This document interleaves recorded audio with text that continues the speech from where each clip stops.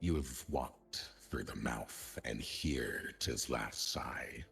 Stones swallowed your courage, but did not chew it dry. With stones unwoven and silence unspun, you stand in the hush, where the dungeon is done. The weight of the dark no longer bears teeth. The answer is spoken, the lock lies beneath.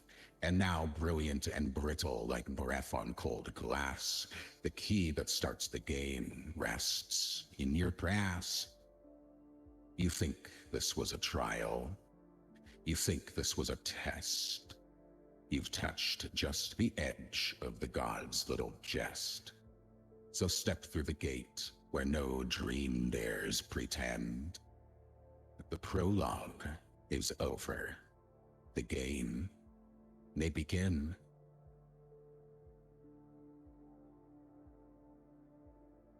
You find yourselves in Agatha's cabin. It is up to you whether or not you wish to continue your questioning of the evening or seek your respite.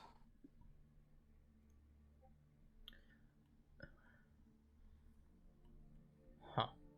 I can't think of anything else. What about you guys? I mean, Let me read back through the recap of everything. yeah. Good plan. Because I know Ben asked some pretty good questions specifically about like getting us home and stuff like that. Definitely. Been asked some good questions.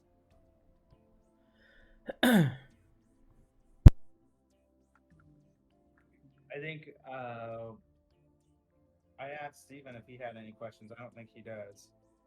Can't think of any serious questions, anyways. We I- could try, because of the whole coin thing, she said we should figure out who our patrons are At the temple? earlier than. Yeah. She mentioned there were 2 churches that have access to all of the deities that are involved in the game. There's one in Oculus Bay to the south, which she recommended that you save for later. Oh. And then there is a northern city that is far safer, where another church resides.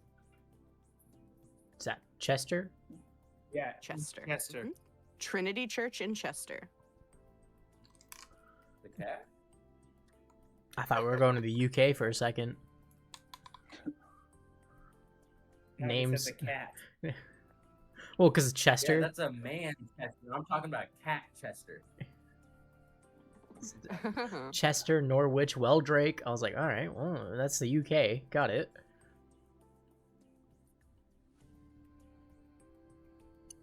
So we could talk to the Sky Captain, and then we could try to figure out how to get to Chester. I think Tug has a follow-up question, but it might be dumb. All questions are good questions. So he's going to put his tea down and grab his pencil, and on his next sheet of paper, he's gonna write, "What should we do if we already know our deity?" And then Oh, that's a good. paper. That's a good question. That's a good question. Good question. Agatha raises her eyebrows and nods. She goes, well, that's good. If you already know your deity, you're a step ahead, and it means that you can start. Well, I suppose it means you get to make a decision. If you wish to follow and worship your deity and reap the rewards from it, which honestly I would recommend. As she says this, she looks over at her owl sitting on the mantle. It hoots once and goes quiet again, and Agatha continues. She says, if you choose to follow your deity, I recommend learning as much as you can about them and supplicating them with actions or items that you think they might enjoy. Just like any worship, it's really about making them happy. And trust me, when they're happy, you're happy.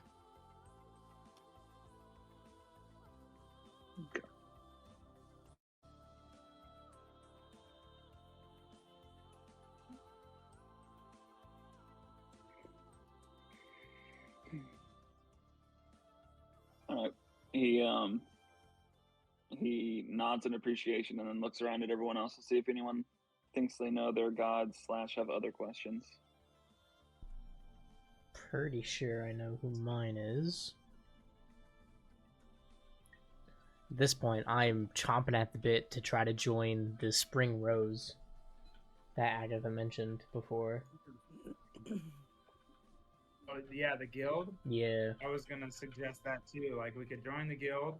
We could talk to the Sky Captain, and I mean, I can even see if you guys can do a religion check on my coin and tell me who it is. Yeah. Oh. If you hand me your coin, I could definitely at least attempt a religion check. I'm somewhat good at it.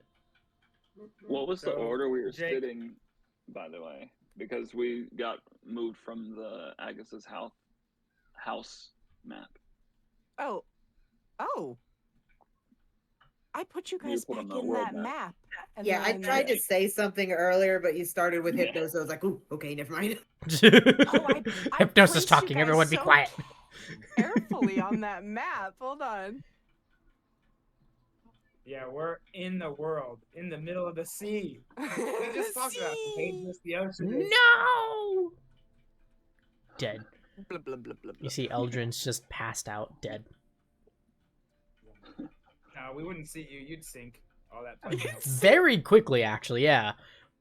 With my Dwarves are medium dense. armor. Yeah, with my medium armor and then my shield and my dense ass Exactly. body. Yeah. I'm shinking so quick, boys. Shinken. Ah. All right, so Oh, this there is we are. Agatha's house map. The moment you wish to leave Agatha's house and explore Fort Greenwich, let me know. What, it's in the well. Armstrong already left. Oh. We're having a powwow, okay? Okay. Jesus. Yeah. Oh. But I look to Dorian at the Well- other end of the sofa and be like, would you like to hand me your coin? Or show me your coin? And I pass it over without saying a word. I'm the person in the middle, so I'm gonna take it and take a look at it before I hand it over to you, just briefly. That's fair. As you pass the coin, you notice that the moment it leaves your hand and enters Tug's hand, it lasts for just a moment before vanishing completely. Oh. So it's blank. Roll a perception check. Both of us or just Tug? Just Dorian. Oh. Oh, Ooh. Dorian, in his pocket. you feel a weight in your pocket. Yes. What has it got in its nasty little pockets? Okay. So I pull it back out of my pocket and then I hold it to Tug.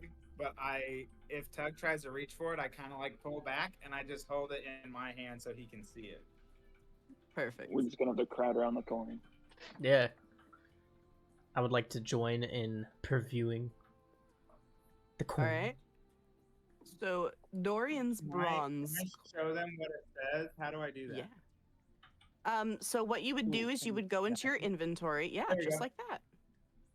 A solitary bird, Look at strange you guys. little dwarf man and cat legs sticking. What? Can I do a religion check? I will allow you to do a religion check, and I will allow you to do it with advantage because of your history, your past. Yes. Can I do one too, but without advantage? Yes. Or you could help him. I already have Oh, I'm advantage. helping. Inspiration. That's a 29. Oh, yeah. That's a 29. I think I have a- I'll, I have a- I think I'll give it to you. I have a plus 10 to my religion check. All right. So you realize that this depiction is a rather rare Egyptian deity named Bess. Bess. Bess, hold on, let me open up my file. It's an Egyptian god.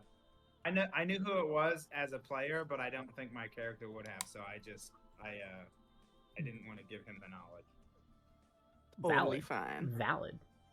Bess is the god of luck and music. You know that his alignment is chaotic neutral, and his domain is trickery. Bess is often depicted as a little dwarf man with cat legs, being a little weirdo, sticking his tongue out.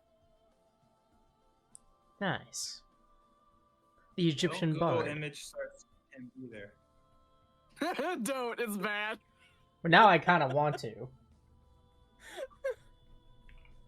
Best Egyptian god images. Oh, here we go.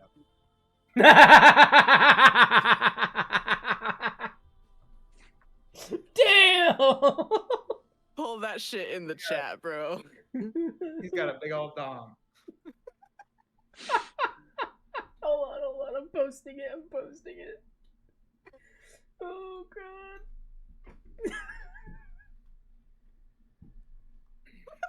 It's always the weird ones. He's confident for a reason. Yeah, that's one of many. There's so many pictures of him and his third kickstand, you know? Yeah. Oh my god. Tripod over there, damn. Fucking dead. Your Hopefully that's description not didn't on the mention coin. it. So, Yeah. Yeah. You focus on the tongue being out. yeah, I'm happy that's not on the coin. I thought it best not to include that on the coin. Yeah, thanks. Thank you for that. Okay, breathe. Whew. So now, Dorian, you know that you've got a little weirdo for a god, and he is the man that pulled you in to this world. He is the reason you are here. Good luck figuring out his motives. That is. I'm Ooh. not sure I know his motives. Dorian, I know it's best, and I look at you, and I'm like, I am so sorry. Have fun. I always try to. You were gonna say something before I interrupted you earlier. What were you gonna say, Aldrin? Aldrin was. I think he was gonna describe who it was. I was, but the description's already been said, so it's like, eh. Okay. It's all good. You're the DM. You're allowed to have your moments as well. I need to let you guys have more. All right. Next. So, does everyone else know who's on their coin? I was just the only one that didn't know. And I flick the coin into the air and catch it. And I just kind of like whisper Bess to myself. Nice. Feels Oh. good. You feel like a blossoming warmth through your chest. That's it.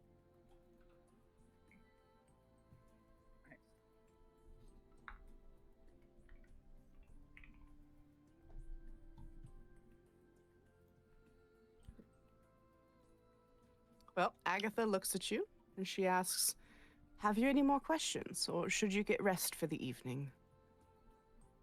I would be so down for some sleep.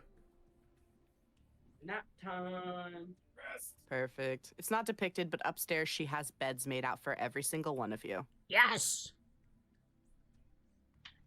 Alright. You see me, like, run up the stairs and, like, just dive under the covers. And then I'm like, oh, I gotta take off my armor. Damn it. And I get up and start taking off my armor. Alright. Perfect, perfect.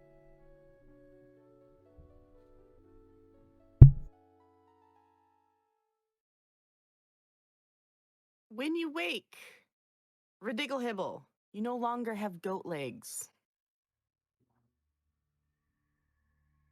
Your goat legs have worn off, back to rabbit feet. You wake up with your normal appendages in the morning.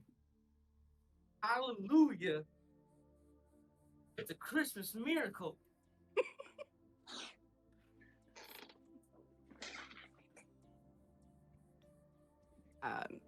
Downstairs, you can hear what sounds like the makings of breakfast and definitely smells like the makings of breakfast.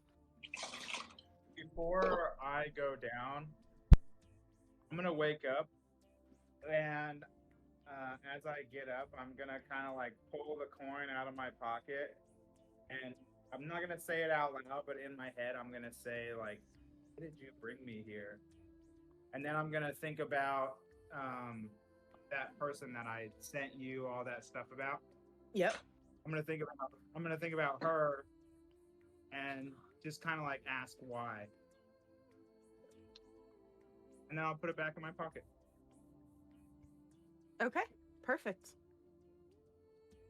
You feel, Dorian, as though you've been heard, though no answer comes immediately.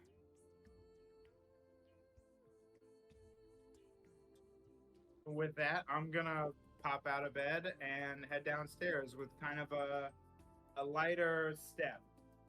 I got a pep in my step. Nice. All right. Anybody else doing things before you head down? I'll say a prayer to my goddess. It's part of my morning ritual. Yeah. And Eldrin, you have been praying pretty much at the end of every kill, writing down and recording names, since you've realized who your goddess is. Correct. You feel a warmth over you this morning, a lightness to you that almost feels as if you might be a little lucky today. Oh, Ooh. let's go. Player-wise, Matt, you now have a +1 on skill checks, and this only lasts for today, but you have a +1 on skill checks involving anything to do with your goddess's domain. Okay. Huh. I think Tug is also gonna say a prayer to who he thinks his god is. I don't. I guess But I haven't Arcana? really planned it. So player-wise, I'll help you know what that means, Matt, real quick, and then we'll go to Tug. Cool. So player-wise, Matt, your goddess, do you want to reveal or no? I don't. Yeah, I've said her name before. It's Hell. Oh, yeah, you have. Yeah, it is Hell. The goddess Hell. She is the goddess of the underworld. Her domain is death. Yeah. So it's going to be arcana, like history, medicine checks. Okay. So basically cleric-y, Okay. healy stuff. Perfect. Yeah, Awesome. Thank you. you're welcome. Now, Tug. Yeah. My nips. Tug. Gotta say his whole name. No! It's Mr. Minutes.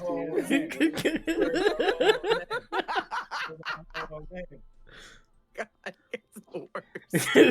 All right. So Tugmanips, your god is Nuada. Yes. Yes. Okay. Who is the god of war and warriors? So war domain stuff. If you were like through practice and devotion, like Matt has been doing this for like 2 in-game days already, so he's a little ahead of everybody else. Yeah. But when you start to, you will start getting bonuses on Oh, yeah. attacks. And yeah, I think yours aren't skill checks per se, but they are like you will get advantage on attacks versus certain enemies and et cetera, Sure. et cetera. Yeah. Anybody else want to know deity things, or anybody else know their deities and want to verify? I do. I wish to pray to mine. Alrighty. Where are you?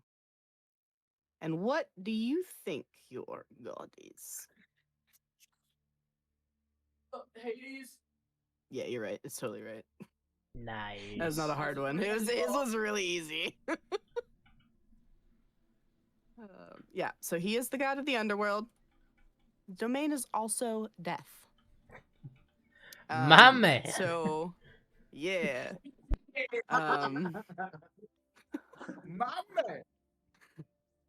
His coin depicts a three-headed dog, so it's really not. It's not a. Yeah, it was an easy one. That was a gimme. Nice. But your skill checks will be slightly different. Hades knows that he pulled an arbiter, not a cleric.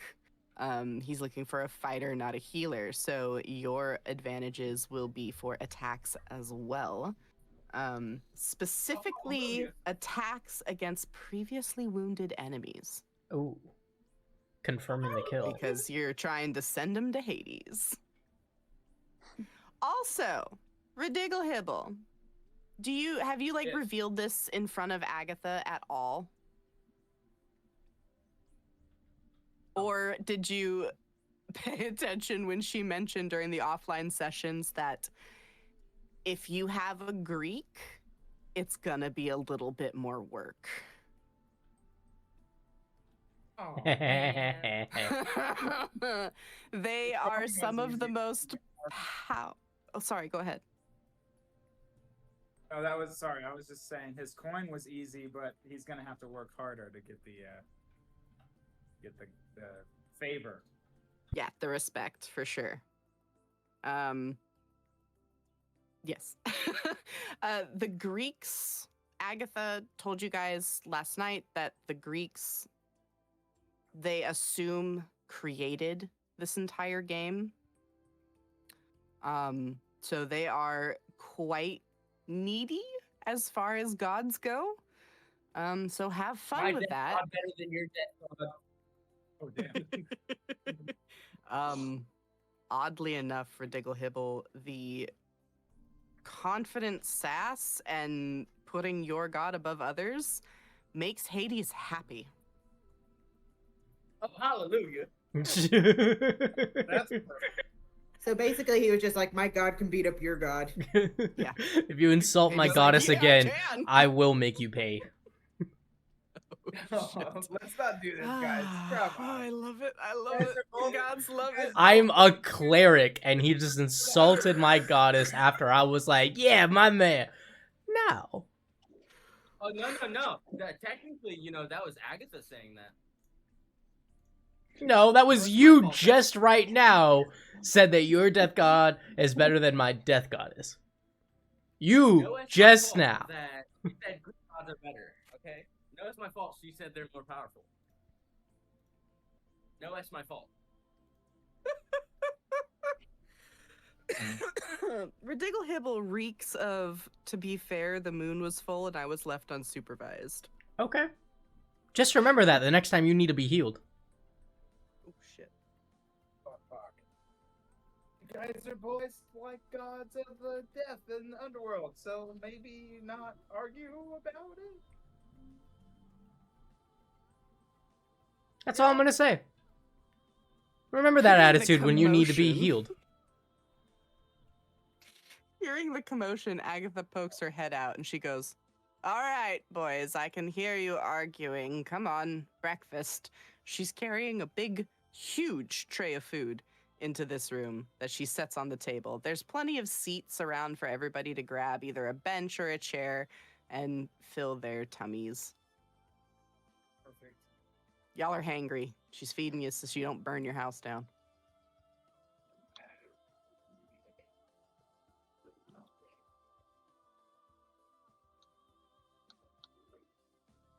It's food time. It's food time. Come on, right, everybody. It's food time. Okie dokies. So, Agatha has prepared a delicious meal for you guys today. It's going to give you a little bit of extra fortitude. So you are each going to get 2 extra hit points, temporary hit points. Ooh. It's not much, but it's something. It's not much, but it's honest work. That's right. Do you want us to add those in the temp box? Yep, indeed. Perfect. You'll have to unlock your character sheets first. I think. I'm not sure. I don't know. Let's see. I always just assume. I mean, when you click on click a number, it adds the number when the Yeah. character Oh, sheet's great. locked. Perfect. Even when it's locked, it let us add it. I think it's mainly for more like things that are supposed to be permanent sort of things. Yeah, I think you're right. That looks nice. Look at my.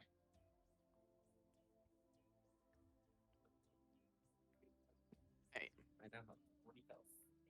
So a reminder of what Fort Greenwich looks like. And that is the guild hall of the Spring Rose, which also acts as the base to the canopy spire. So that tree goes way up past the canopy to where dirigible ships can dock and land. That's dope. And I'll assume that you guys are kind of ready to go explore out of Agatha's. Yes. So I will give you guys the not colored, I'm so sorry, map of Fort Greenwich.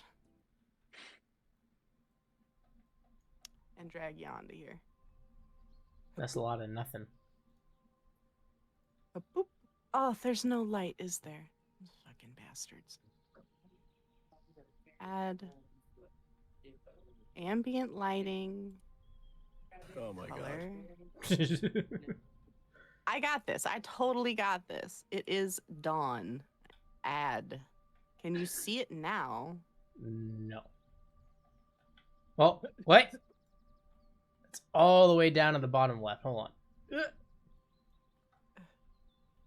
Yay! I can see things. Okay, everybody should be on the map. It's Yeah. a big map. You are all in Agatha's house, which is north of Embervale Hot Springs.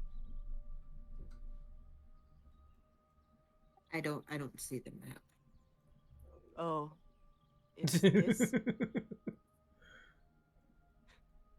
You gotta click, Panda. I did click. You see now? I'll send you a picture. Shit.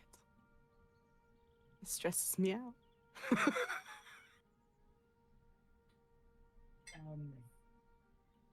Ah, an I don't see H2O a pump. character.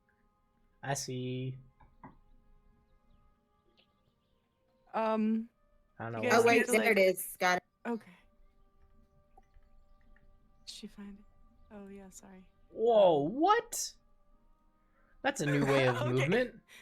So, like, you can plan where you want to go, and then I can just say accept, What? and it moves. Yeah, it's not letting me like move the token normally, so I have to do it that way. I have to take that off. Okay, you can move freely now. Okay. That was cool though. It was really cool. I might do that during combat. That should be really convenient because that keeps track of like how far our movement is. Mm-hmm. We don't have to measure. Yeah. All right. So I think for right now, I'm going to turn off the grid. It's not really necessary, and it's annoying. So So are our tokens? Oh, there. Okay, there they are. My bad. yep, you're teeny tiny in Agatha's house. Oh, and if any of you, like, the moment you want to go up to, like, the canopy markets, you have to let me know, because that's on the Z-axis. Oh.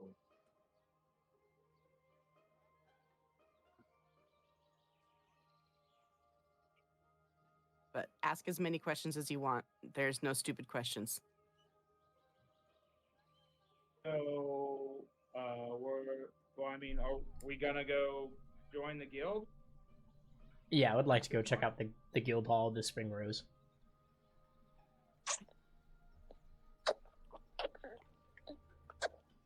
And then we can, after we check out the guild hall, we could go check out the shop in the canopy. Oh, Eldrin suddenly remembers. He's supposed to be getting taught how to cook things. Jorvik Linskar offered to give you cooking lessons if you survived the trial. And I did. I did the thing. You did the thing. Sure, you survived. Physically, yes. Mentally, it's still debatable.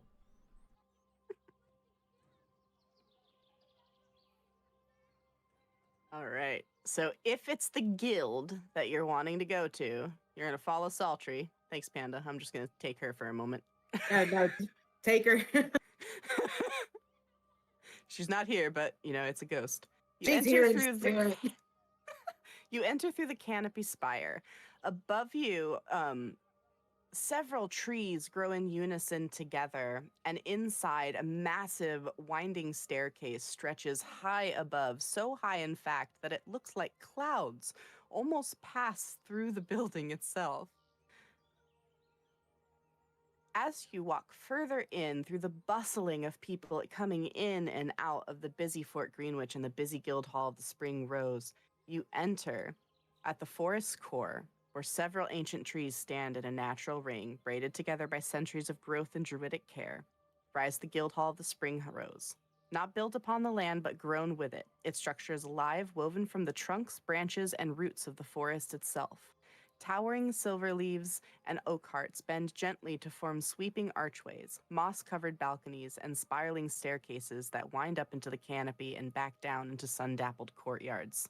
The hall thrums with a subtle vitality, a quiet rhythm of sap and soil, as if the very wood remembers every word ever spoken beneath its roof. Broad walkways of polished root and stone curve through it like rivers of purpose, leading travelers and townsfolk alike from market stalls to message boards, from armorers' benches to storytellers' alcoves. Lanterns of firefly glass hang from the limbs above, glowing with soft amber light that warms the evening air like candlelight through leaves. The prominent wing of the hall leads to the Spring Kettle Brewery, where laughter and the clink of mugs echo hours into the day. The brewers here use rare herbs, enchanted waters, and fruit gathered from secret groves to craft ales, ciders, and meads that seem to brighten the spirit as well as the senses. The Guild Hall is more than the sum of its parts. It's the pulse of Fort Greenwich, where notices are posted, trade is bartered, and songs are born. Locals gather beneath its canopy to exchange goods, play instruments, hold celebrations, or simply sit in silence together, watching the breeze move through the leaves above. If Fort Greenwich had a soul, the Guild Heart of the Spring Roll is where it speaks. Ta-da.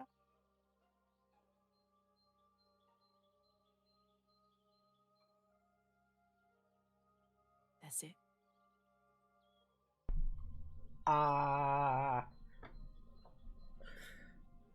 Where's the rest of the party? Kind of shop? We're at the Guild Hall of the Spring Rose. Oh, I'm there. Oh. Oh yeah, that's you. I've been dancing with you. I thought it was doing circles in here. yeah.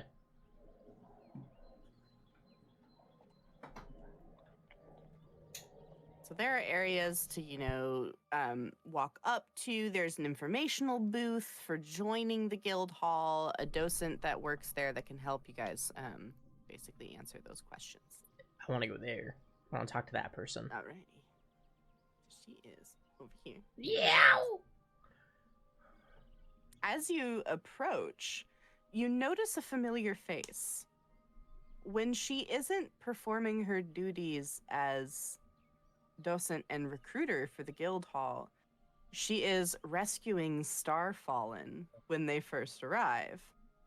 The familiar face you see... Oh my god, where is her name? That's a weird name. Sorry. Her beauty needs no name. I walk up, bow deeply. Hello, my darling. We have come to join your guild. I think her name was Vess. Sounds right. I rizzed Vess her looks earlier, up. I rizzed her up. Yep, Vess Willowstep. Vess recognizes Dorian as he comes waltzing up, and she goes, "Oh, you're you're still alive. It's That's working. good. You got her That's stuttering. good." It's working. So you've come to join, huh? Yes, of course. And what skills do you have to offer, Dorian? She kind of leans against the counter, like with a smirk on her lips. So I'm gonna actually use my changeling ability and change my face to look just like hers. Oh shit! and then I'm gonna say, I don't know, I have a couple here and there, and I'm gonna kind of flick my brass coin into the air, catch it, and then when I catch it, I'll change back into myself. So it's like almost an instance where she sees herself and then doesn't see it, comes back to me. Fantastic. High or low, Dorian? Oh crap. I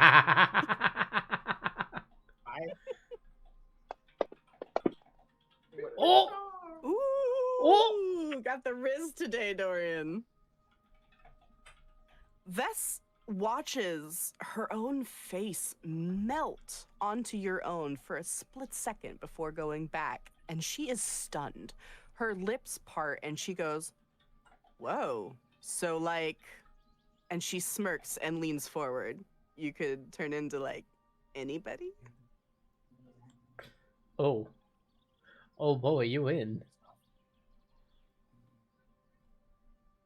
sorry, what did she say? I was distracted. Oof. Or lost. Our Oh. hard-boiled thing was going off and it was making a bunch of noise. It threw me off.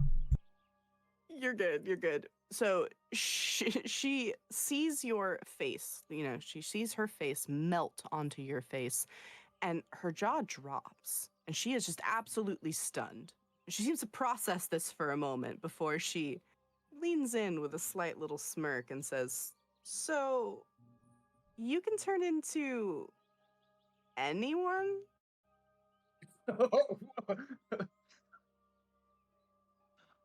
Well, we're gonna pump the brakes on that one, hon. Let's talk about joining this guild, and we can talk about that later. Vess laughs brightly, knowing that she's won the war or won the battle for this moment. And she leans back off the table and she goes, "Sure, sure thing." And she looks at the rest of you. She goes, "Are you applying as well, or is it just Dorian, the man with 1,000 faces?" I would like to apply, madam. She looks down and sees the very eager dwarf and can see the cooking pot that is strapped Does she to have to, his like- back. Does she have to like lean up onto the table to look down? Is he like the hobbits in the bar where they're like asking? I'm for not ale that short. in the bar? I'm actually pretty tall for a dwarf, I'd like to think. The bar has to lean up from the bar to look down at them. Vess, hearing Eldrin say, "I'm quite tall for a dwarf, I think," will say, "Oh no, honey, yeah, you're tall. No worries, you're tall. I can see you just fine." But she is kind of close to that counter. But she's trying to make it look like she's not trying to, crane to see you. I appreciate the kind words. As I kind of like look a little dejected. Yeah.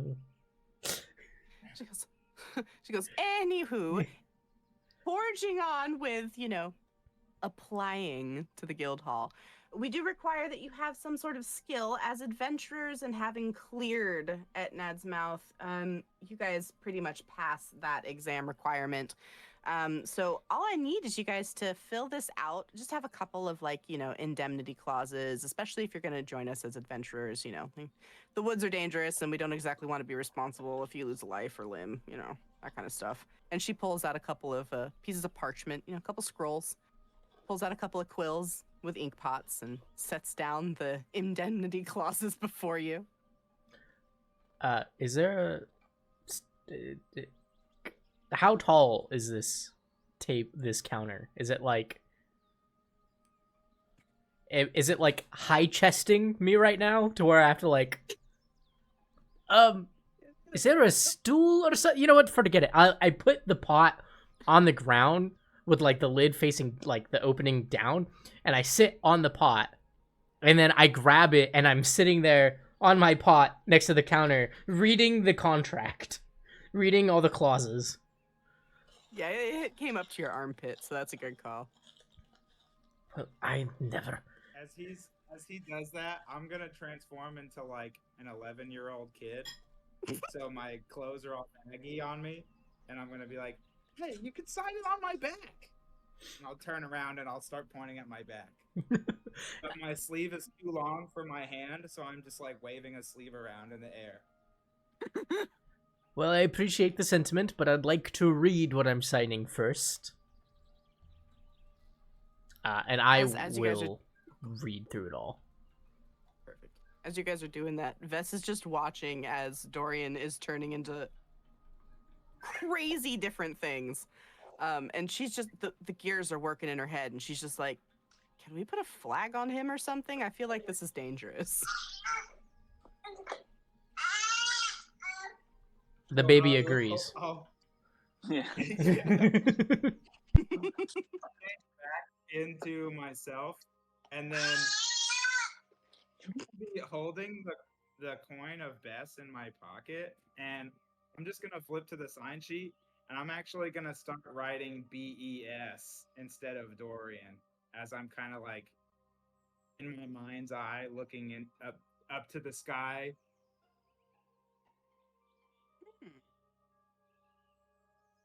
Interesting. So you're putting Bess's name down instead of yours on the indemnity clause? I'm confused. Yeah, that's what I'm doing. Oh, okay. But I'm like doing it in a signature, so like I'm sure the guild isn't gonna be like, oh yeah, that's not your name. Oh, okay. Gotcha. Go ahead and roll. What's that, performance? Or is it technically a lie? Deception?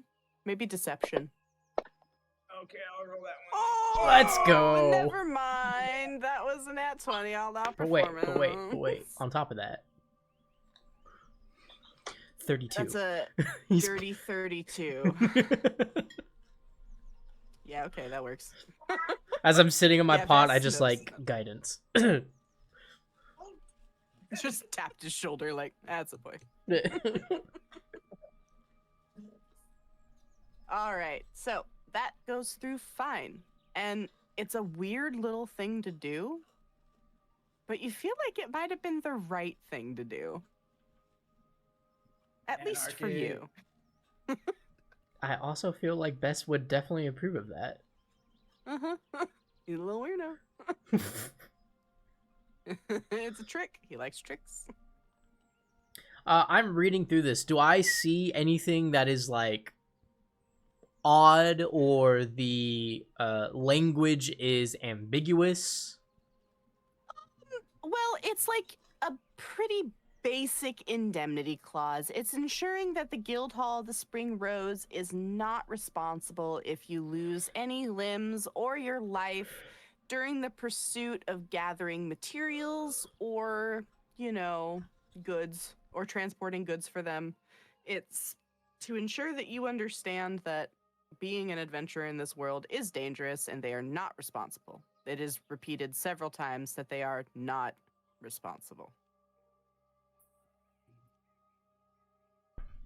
Fair enough. But there's nothing like awful that stands out in the guild clause. Gotcha. It's pretty good. You still get to keep you make a lot of money. You have protections as a merchant working through here or as a crafter working through the guild hall. Does it have a listing of like their terms and services of like promotions and how that work, and does it have anything in regards to that? Guarantee pay and you won't be taken advantage for your services? Yes. So there is a guaranteed stipend as long as you manage to produce goods for the guild hall, which means you need to manage to get your guilds back to Fort Greenwich should you plan to sell them in order to make that stipend. Oh. So that's like a bonus. Like we bring goods, we sell the stuff, and we get to keep whatever the profit from selling, and then we also get a bonus, or we have to just turn over all the goods we bring to the guild, and the guild sells. You turn in only what you want. They aren't a okay, cool. predatory guild. So this is a guild hall that was built on like more of a cooperative kind of model, so to speak.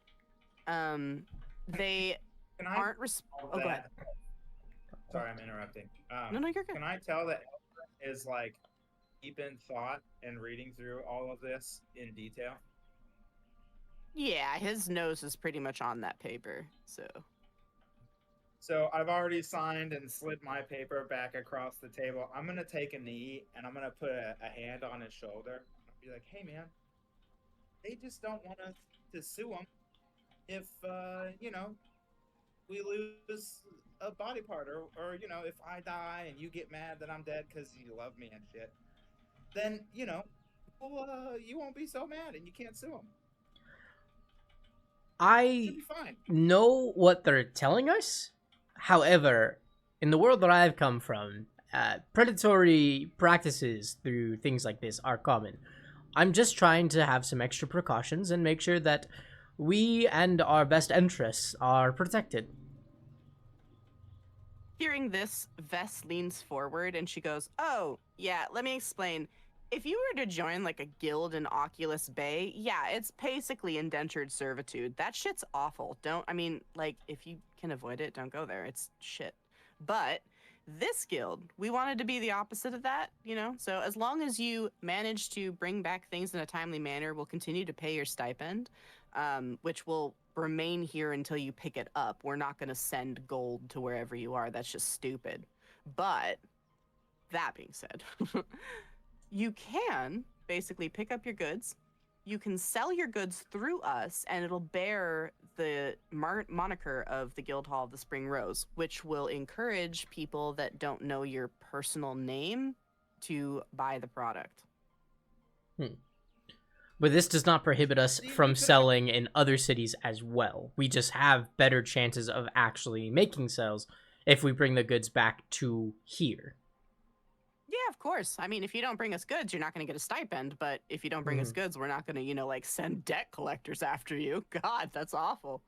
So we could have taken the flesh from that giant and sold it to these guys. The ogre. You guys killed a giant? We killed an ogre. Or Oh. ogre. It's same difference, right? She leans forward curiously. Did you collect anything from the ogre? We collected some odds and ends from it. Oh, okay. Well, I mean, unless you know how to take care of them. I say that not to be secretive. I say that because Matt the player can't remember what we got from it exactly. Oh. Got the I think it was a stomach and the skin. Yeah. Stomach and skin. Yeah, we got the stomach and the skin. To get it. We're not terrible people, so we didn't take its meat. Yeah, we're not terrible, so we didn't take the meat. Yeah, no, and that's why I clarified. Matt, I wasn't trying to be secretive. It was Matt the player couldn't remember what we got from it. I get you. And she goes, "Oh, yeah. So from personal experience, I remember killing an ogre when I first got here, and that shit reeks if you don't get it, tanned properly. I mean, you can't get the smell out for days. Days. Is there somewhere that we It's can awful. sell the skins and the stomach? Yeah, absolutely. So we don't handle any of the direct delivery sales. What you'll do for that, if you're going to go through the guild hall, if you're just depositing things for us to sell, like finished goods, we can take those. However, if you're looking to distribute materials or sell materials, you would want to go to Root and Scale Provisions. At that, I will hop off the pot, hold down the parchment to it, and use that as the backing, sign, and turn it in. Here is the paperwork, thank you. All right. Perfect. And she's going to take all of the paperworks that are ready. Did anybody else have any questions on there? Tug's gonna look to Eldrin because he was reading it and I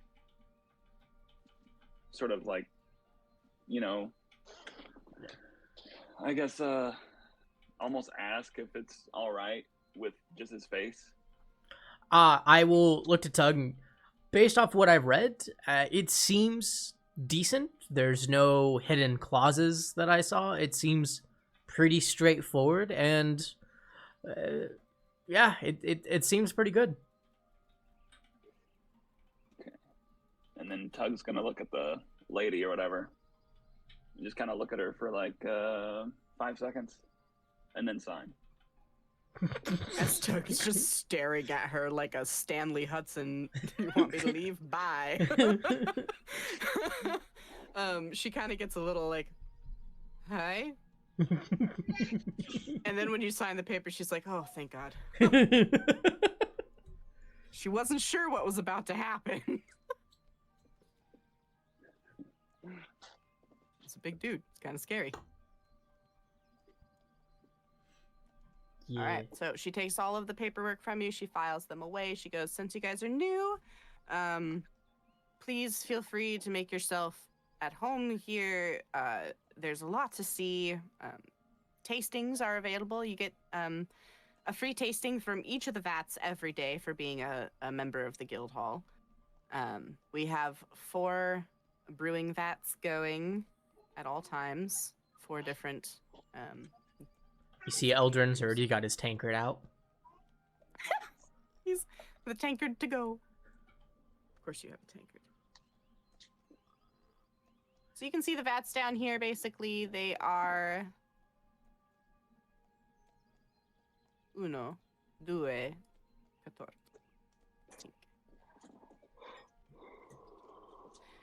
It doesn't really matter what's in them at the end of the day. There is some blossom wine in the first vat here that you guys are already familiar with. There is nymph wine in the second vat, which is a really like low alcohol content wine. It's like a watered down sangria.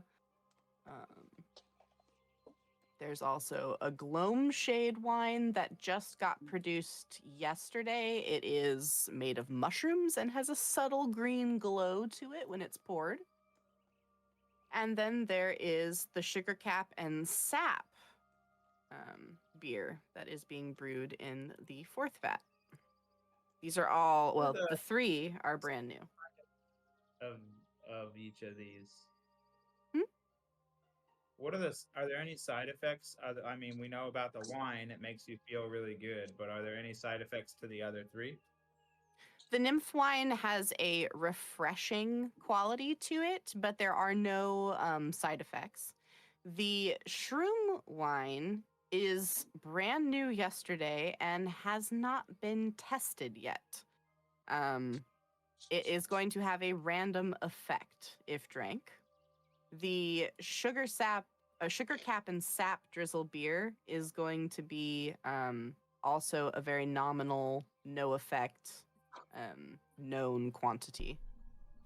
But this one, I'll take a tankard of the random draft, thank you. the person standing by the dispenser looks at you like, oh, brave, you're the first one to try this. This is great. This is great. And he takes your tankard and we're gonna hand it back to you. It's glowing slightly green. It's frothy and it smells very herby, as if you buried your face into a bunch of moss and took a very deep inhale. I fucks with it. I go back to the group. Well, cheers, lads. And I chug it. Oh my god. 69! You got the best one. I love this one. You begin to float God. 1 inch off of the ground. You cannot move horizontally without the aid of something touching the ground or someone or something exerting force upon you. This effect lasts for 36 hours. Fantastic. You are now floating above the ground. As he starts to float, what are you doing, Eldred? I'm like, at first I'm like unsteady, like trying to, you see me like the cartoons where they're like trying to run in place. I'm doing that, like, guys, but then I realize that like I'm an inch taller and I'm like, hold on, this isn't so bad. Behind reach you. out the- to Okay. grab your hand. I'll hold on to his hand like, thanks. Do you think you can take me up to the shops? I need to learn how to make some food. I'm gonna pull a rope out, tie it around his waist, and then I'll tie it around my waist. Nice. While now that I'm floating, I'm just gonna be drinking. No, I chugged it all. Dang it. You chugged the whole thing. I'll be sitting there crisscross applesauce as I'm floating, just pondering. I'm just gonna bring him to this vat so he can fill his tankard again. Whee! As you are floating around, you know, the dude that gave you the drink is furiously taking notes. just absolutely like, this is amazing. They've never seen this effect before, so you're being studied a little bit. He does hurry over to pour you another mug, and he goes, here, yeah, no, good. This is great. How do you feel? Do you feel normal? Nothing hurts. I feel lighter. I don't feel like anything's wrong aside from the fact that I can't move myself without there being something I can grab onto. Fascinating. You've turned into a balloon. Yeah, I'm a balloon dwarf. He's quieter, that's for sure. The armor's not clanking around. Oh, yeah. It's true. You are completely silent as you move now. I didn't realize that was a side effect. All right. You just automatically pass stealth checks as long as the person that you're tied to passes them. Hey, can we test something? Dorian, can you, like, try passing me to Tug? Are we playing handball with you now? Kind of. I want to see if, like, we could, like, if we go into a dungeon, if we could just deploy me down the end, because I have dark vision, and now I'm completely silent. If you give me enough rope, you just push me to the end of the hallway.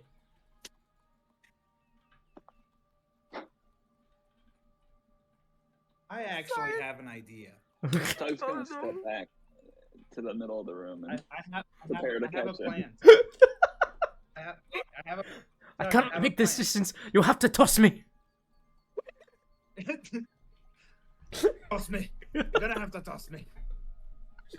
So I am going to kind of look through my inventory, and I'm gonna grab something with some weight to it. I'll just grab my water skin. I'll tie it to the end of the rope, and I'll throw the water skin not to Tug, but to Eldrin, and then I'm gonna have Eldrin throw it to see if it can move him by him throwing the water skin. It has to be connected to the ground. Mm-hmm. Per the Has to be connected per to the ground. effects. The thing that moves me has to be connected to the ground. Yeah, you're right. Okay, so Well, I will hold on. throw the water skin to. It says touching the ground, or someone or something exerting force upon you. Oh. Oh. Yeah, so then I grab the water skin and I'll toss it in the direction of Tug. All right. So first, when Dorian throws the water skin towards you, Eldrin, as it hits you, it causes you to move back through the air a little bit. Uh-huh.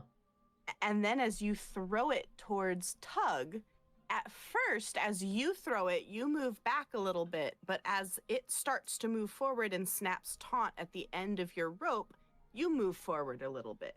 But the water skin doesn't weigh much comparatively to your body weight. So it really doesn't work as well as you're hoping. Dorian, could you just try, like, pushing on me in Tug's direction? I want to see how far I can float with that kind of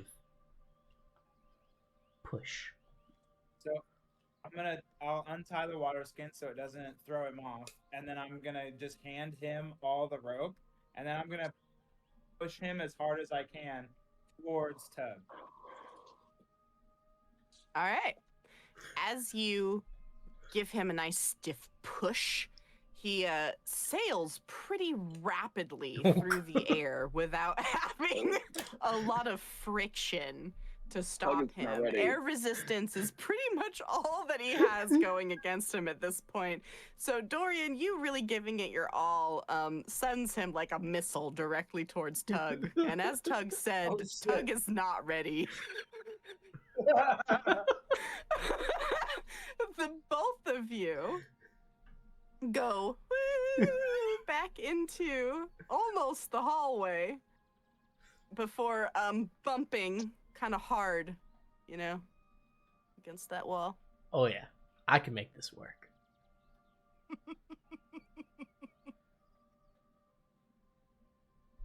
Thankfully, no one takes damage. I could definitely make this work. After shoving him across the entire, kind of open area here, I'm gonna go back to the mushroom guy and ask him if he can give us some tankards to go.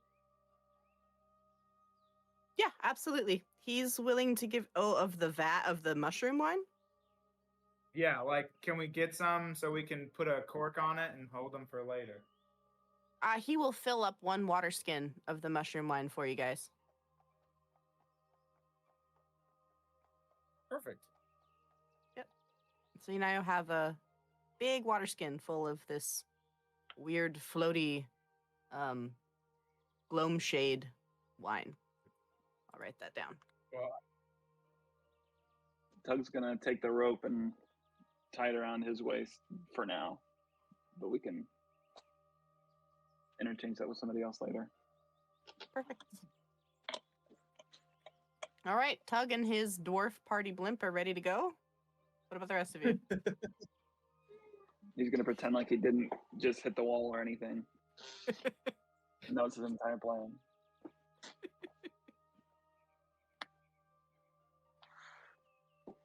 ooh, here's another idea. What if we like throw Eldrin or push Eldrin and everyone runs and jumps with him and we just like float on him through hallways quietly.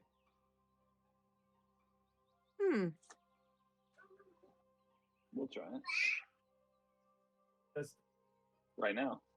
Or we Nice. can So wait. as Eldrin, as you lie down, remember, you will only ever be 1 inch off of the ground. So you are just hovering an inch off of the ground as you're lying there. Oh, get on, stand on him like a surfboard. I'm standing on him. As you add your weight, Eldrin, you can feel their weight. Like, it is about as comfortable as having somebody stand on you while you're on the hard ground. To be fair, I have armor on. You do. How much pressure weight can that armor take before it starts to dent? Oh, that's a good question. Uh-huh. Let me see what type of armor I have. I have scale mail, so that actually bends quite easy. It does a lot of give, so I would feel that. It's not rigid you like feel plate it in your mail. ribs. Yeah. It does not feel good. You see me, You can't breathe. Dorian, you hear me, like, you feel me tapping on your leg. She's like, you see that I'm like, I can't breathe. At first, you're tapping me, and I barely glance down. I know. This is cool. He's gonna shove us across the hall. Hold on. I roll. You roll. I roll. All right. Let's do, you know what? Yeah, strength check that shit. I do a straight check. You get above, yeah, if you get above a 10, you get to roll off and Dorian is, spilled to the floor. Strength check or Do I athletics make check? it like he's a log? Your pick.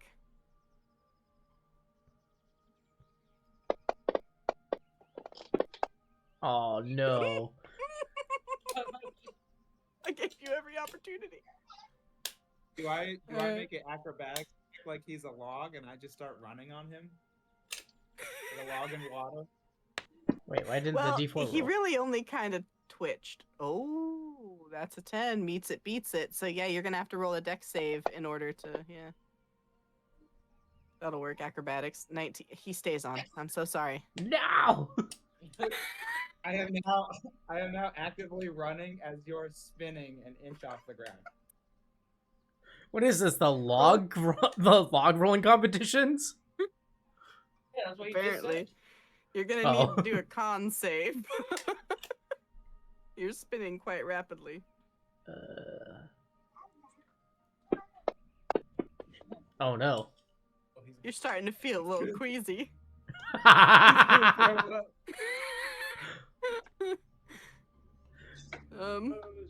Do you attempt to say anything? Get off! I'm gonna hurl! At that, I'm gonna just hop off gently, and I'll catch him to try and stop him. Yeah, Tug's gonna reach out to try to stop him as well. There's a lot of centrifugal force that you got built up, but you guys managed to stop him. You can feel it though when you stop him. Oh, why didn't you tell us?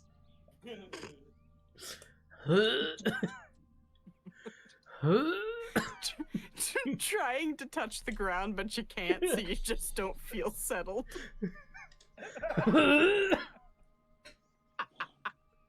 Nobody rides the dwarf. The guy who was taking notes. Oh no.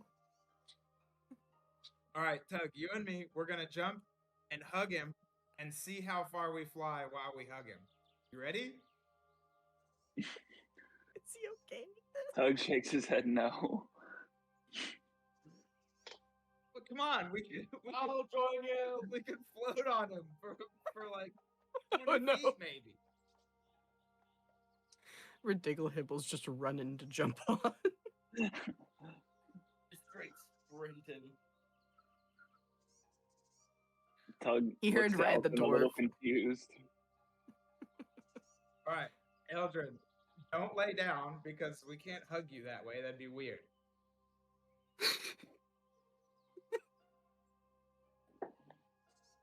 Yeah, don't lay down, bro. I pull out my quarterstaff Are you ready? and I start whacking them over the head. Excellent. Excellent. Go ahead and make an attack, bro. You didn't even want to tell us no? You just I started did! telling us? I said get off me and stop! You said don't ride the dwarf. We were gonna hug you. And then ride me across the room. I set a boundary and you don't want to respect it. Now you're mad that I'm hitting you? Hug you across the room, obviously. To be fair though, I'm not proficient with my quarterstaff. I just have it. I'm using it more as just like a branch. It's like, get off me! Yeah, it's just like a little tap. Just a little tap. I don't even have an attack set up for it. Hold on. Nope. I don't know, can I just do like an unarmed like pat on the head? Yep. Alright. Yep. Let's roll a d20.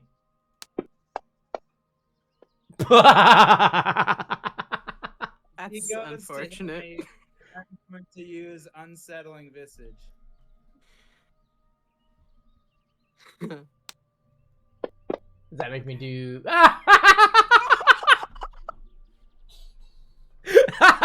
are the fucking odds? How did you Oh go my from God. 7 to 20 and 20? I don't know. Yeah. Oh, You're rolling doubles. You rolled 2 sevens, then interesting. Interesting. So yeah, that's that is a crit.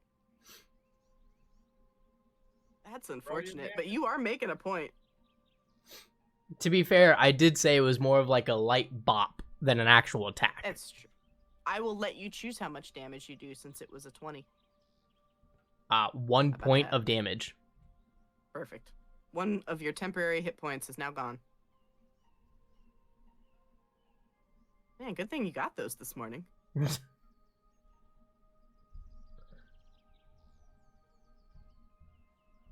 All right, have we learned about boundaries? After he hits me, I was like, dude, we're just doing a test. What's wrong with you? Enough testing. I said no. The dude that was taking notes looks like he was ready to like take more notes about the test, and when you said no testing and hit Dorian, he just very slowly started to back up. He's like, all right, no more tests. I got it. Angry dwarf. Angry dwarf. Angry dwarf. I grab the rope, and then I wait. Are we like on ground level? Yeah. Yes. All right, I'll leave it tied to Tug. Okay. Are we gonna go look at the shops? Yeah.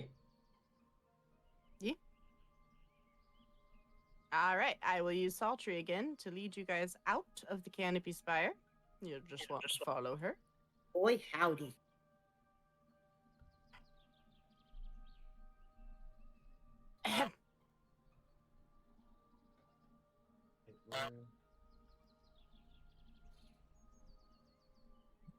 This way? Yep. You can see her, right? Yeah. Okay. As you guys enter this way towards the community space where you remember the entrance to the canopy markets being, your eyes are drawn to a small elven child nestled against an oversized plush blue pillow. His fabric embroidered with soft white flowers. He looks no older than 9 or 10, impossibly serene in slumber. The sunlight filtering through the shadows catches his pale blue hair, turning it nearly snow white when the sun hits it. He wears a set of modern pajamas, light blue, patterned with scattered stars in gold and yellow that shimmer faintly when he shifts. On his feet are bear-shaped slippers, soft and worn, their fabric dulled with love. A golden earring dangles from one pointed ear, shaped like a delicate bell that glints softly in the sun. In his arms, he loosely clutches a worn brown teddy bear. He breathes slow and deep, utterly peaceful as he sleeps on the bench. And yet, while the sun shifts just right, you see it. A dark scar stretches across his throat like a silent, sinister smile. It mars the gentleness of the scene like a whisper of something awful left unspoken.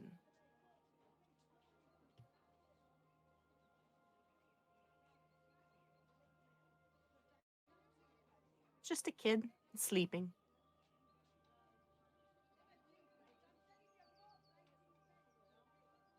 In the street? Nope, he's right here on a bench in the community space. Straight sleeping.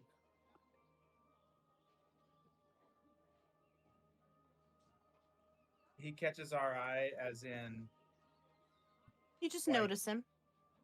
interested to speak with this child. Up to you guys. It's just something out of the blue. Lots of people walking around fully clothed. This kid is just in his pajamas, sleeping on a bench. Nobody seems to be bothering him.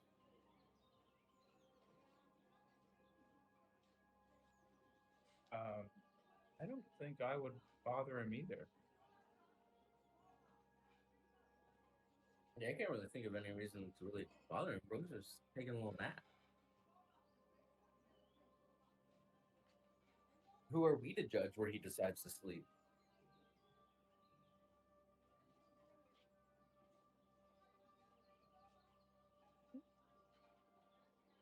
I float where I'm led.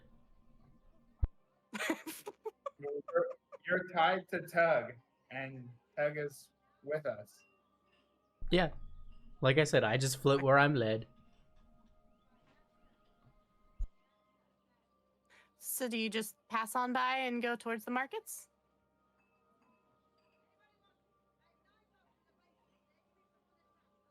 Yeah, I guess so. I mean, I Yeah. asked if I had the urge to wake him like up. it. Everyone That's passes by. completely up to you. If everybody wants to pass him by, that's totally fair.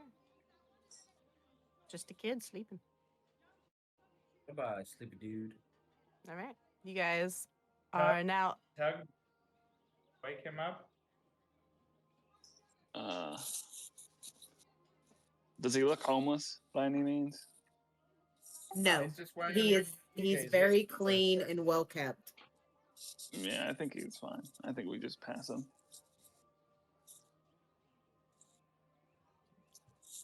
All right. As you pass by, you go up the stairs, and the first stop in the market complex is the Verdant Apothecary. Wow. We were here before, right? Or no? Yeah, I believe so. This is the Verdant Apothecary. They sell And we- rare herbs, potions, and remedies. And were we not allowed to buy anything before because we had to pass the test first? Yep. I think You were Eldrin had some stuff. Look, he was eyeballing about buying, but I don't remember what it was. I will give the list of what she has in stock.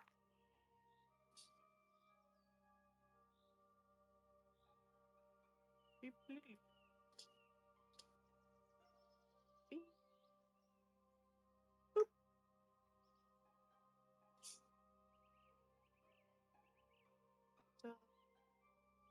Lorraine Calloway is the proprietor of the Verdant Apothecary. She's a half elf.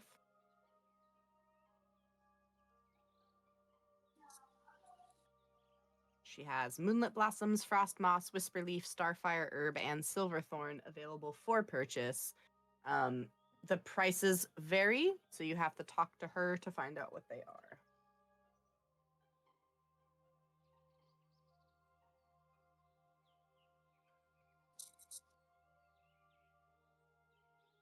Eldrin, was there anything here that you wanted to buy? Not that I can remember off the top of my head. I remember we were here before and you were eyeballing some of the stuff. And then she said we couldn't buy anything. Yeah, well, it's more I was just questioning like things that could be used to make healing potions. Like some of the ingredients used to make healing potions, I'd like to get some of those.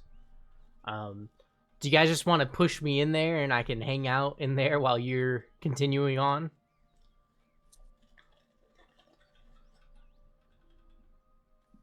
Or I could consult my cookbook while I'm floating, while we check out other shops. Yeah, let's do that. We'll just bring you with us, and then Okay. if you come up with any ideas, we'll go back. I'll be pulling out my cookbook. Alrighty, perfect. There is one special ingredient that the cookbook suggests getting your hands on, and it makes note to ask if they carry any behind the counter. It's not normally put out for sale. It is called Verdant Heart Sage. I will write it down.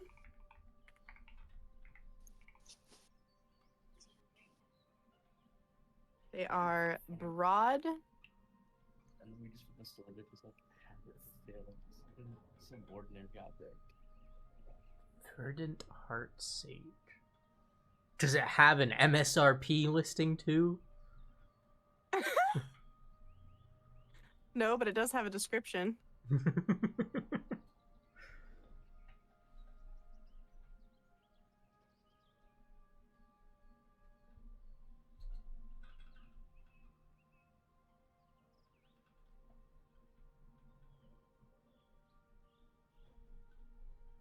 And here it is.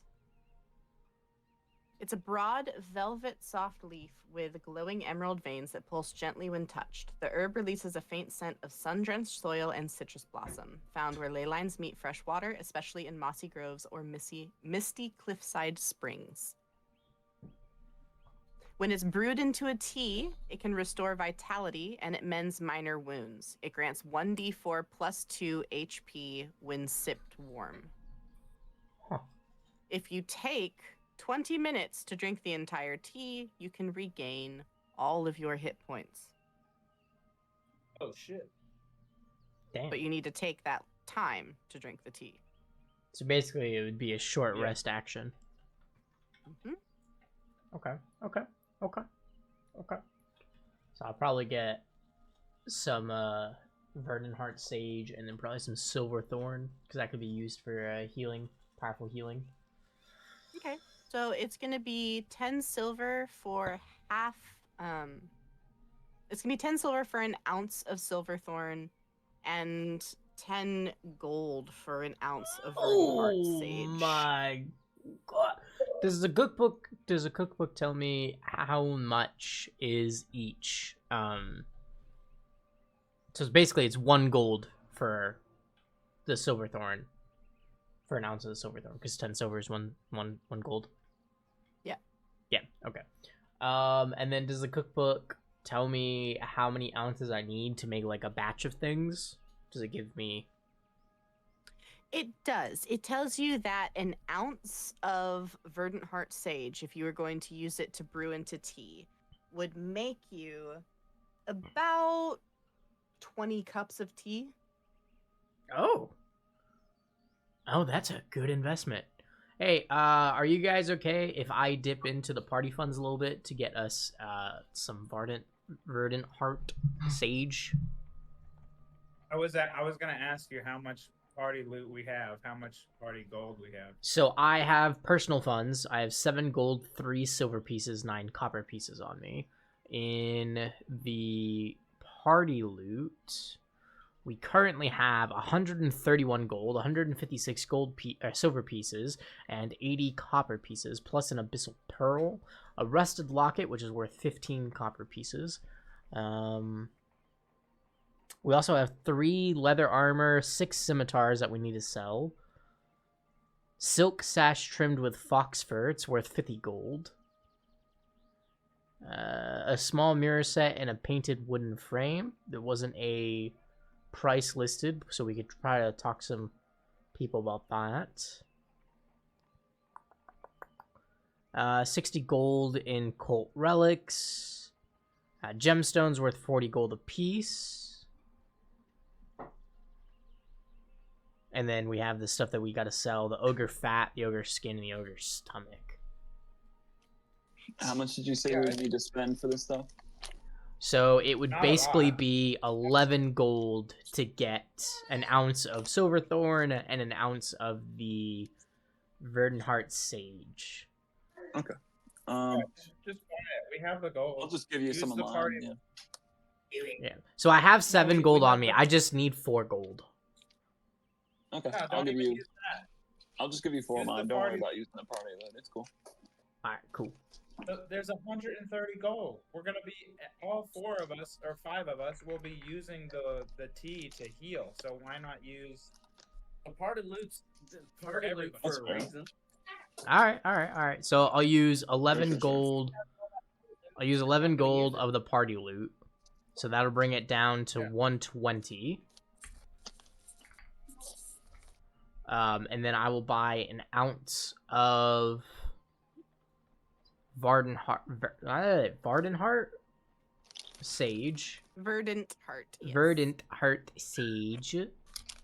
And then an ounce of Silverthorn. Why isn't this doing what I need to do? Okay, thank you. And then an ounce of... What?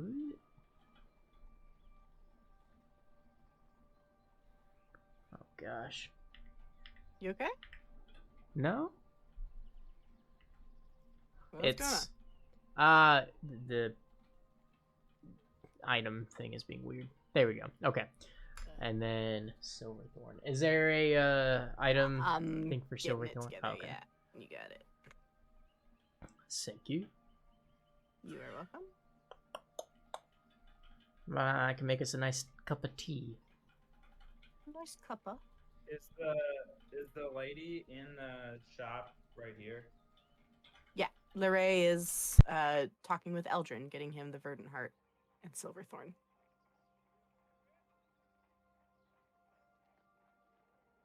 Miss, by any chance, can you tell us where we can sell some other random wares?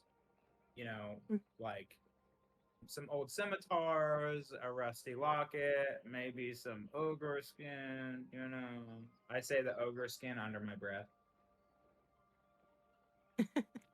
Lorraine looks up curiously. She goes, "Oh, well, I might buy a little bit of ogre fat off of you if you had it. You've got ogre fat. Yeah, I would buy let's see. Where's my ogre fat? There we are. I would buy some from you for, let's say, how much do you have? We have 8 pounds of ogre fat. I would give you 2 pounds, and we would call it a fair trade. I'd give you your gold back. Oh, so you'll take 2 pounds of ogre fat and call it good on the Silverthorn and Verdant Heart? Absolutely. What if we give you 3 pounds, same price, but you give us a discount here on out for the future?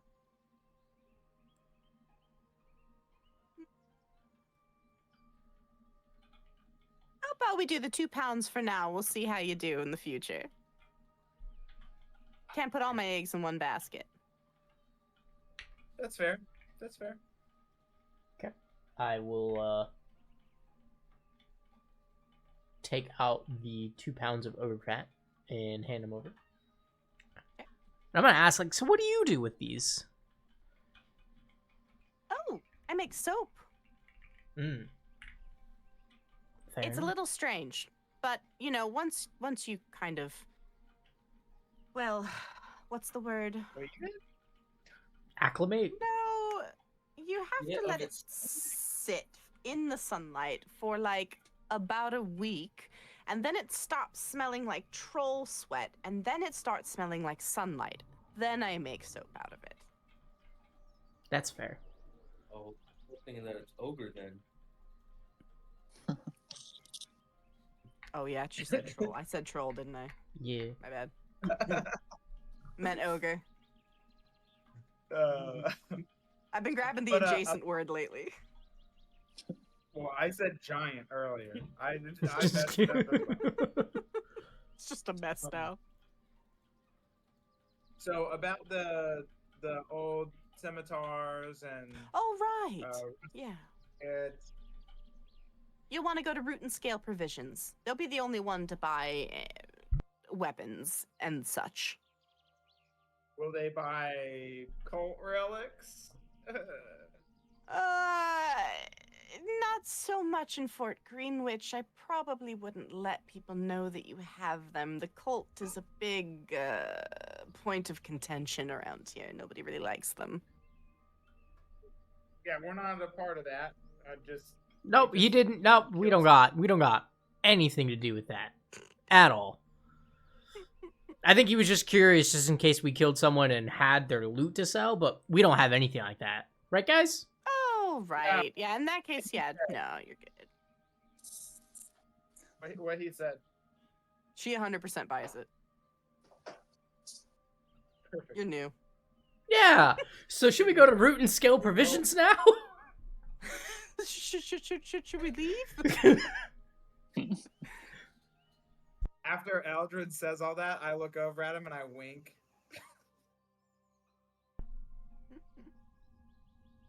All right. Oh, God.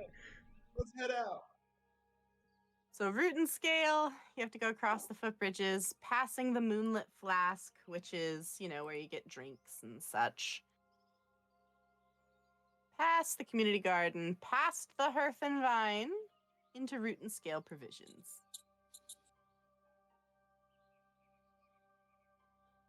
Go up to the proprietor. Actually, I'm gonna go to Dorian and be like, "Hey, you're good at talking. Try to get us the best deal for these." And I hand him all the stuff. Like, I will, as we're going, I will be taking like the items out, because I remember what Agatha said when she saw the bag of holding. So like, as I'm floating behind Tug, I'm gonna try to scoot as close to Tug's body as I can, using him as a barrier. And I will be like one at a time, taking items out of the bag of holding while trying to hide it, and like putting them into a normal bag to get ready for selling. And then if I'm able to do that, I'll hand the bag to Dory and be like, "Hey, you're good at talking. Try to get the best price for these. Don't mention the bag of holding." Mention the bag of what? Exactly. Do you say that out loud? No, Okay. I was joking. Okay. I'm just asking. All right. So as So- you guys enter, oh, go ahead. Sorry. Oh, yeah, go ahead. Okay. Good. As you guys enter this building that is tucked against the tree of the, the trunk of the canopy spire, inside the shop is tidy, orderly, and cool. Shelf cabinets are grown from the roots of the building itself, arching and curving into a natural elegance. Goods are assorted by type: utility goods, travel rations, basic enchantments, woven packs, durable clothing. But there's a quiet reverence to the place, as though the wares are not merely items, but part of something older. A soft blue fire crackles in a sunken hearth near the back, scenting the air with crisp ozone and dragon's clove. The proprietor's name is Thamian Velinor.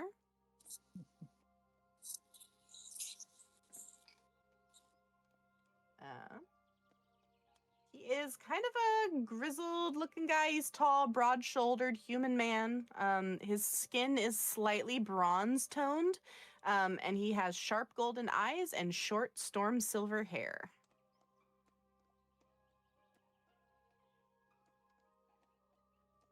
Is he speaking with anyone? Is he busy? No, he is not busy. There are some customers just slowly perusing the shelves, but Thamian is currently just attending the counter. So I'm going to walk up and just kind of like make eye contact to get his attention. Thamian sees you walk up and he inclines his head and asks, "Hey there, what do you need?"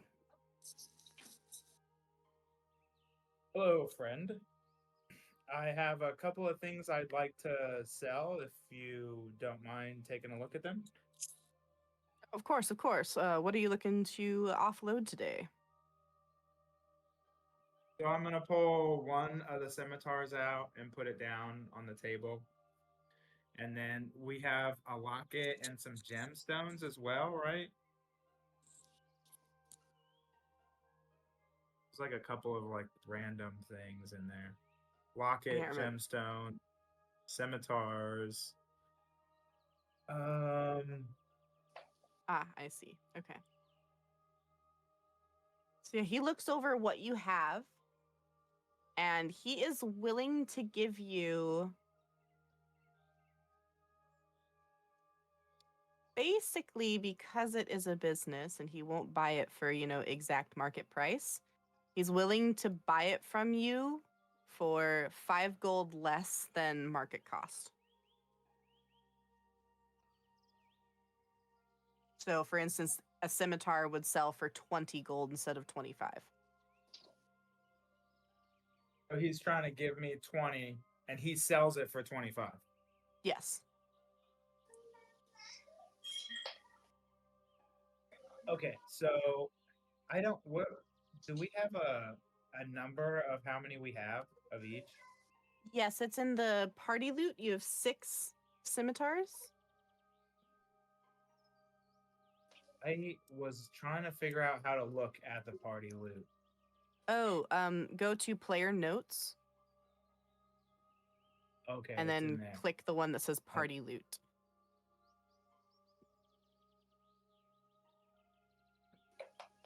Okay. This is way better. Awesome. Okay. So okay, friend. So you said the price for each scimitar is 20, and I see you're selling it here for 25. So Yes. why don't you give me 25 for 3 and 20 for the other 3? I make a little bit more profit. You still get way more weapons to add to your shelves here, and throw in the locket for the exact price that you're asking for as well.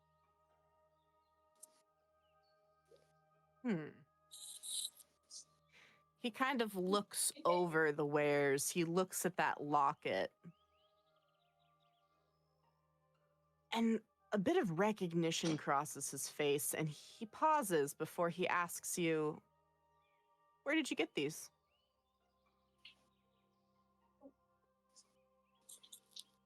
We went to go recover some wine barrels, and we found them on our way while we were recovering the wine barrels. I feel a dark energy with these swords. Not sure. And that locket, I could have sworn I saw it on the neck of an adventurer several months ago.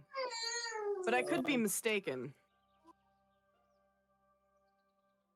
Well, I mean, we did find it when we were looking for some lost wine barrels. Maybe another adventurer went after it, dropped their locket. That's why we found it. It could have happened. Maybe it didn't. I'm not here to speculate on where it came from. I'm just letting you know we found it, and I have it here to sell to you. Perfect. Go ahead and roll persuasion. Come on, big money. Ooh. 18. 18.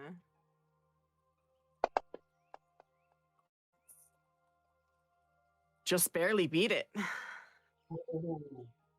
He kind of silent for a moment before a smirk crosses his face, and he goes, "All right, I like you. Deal."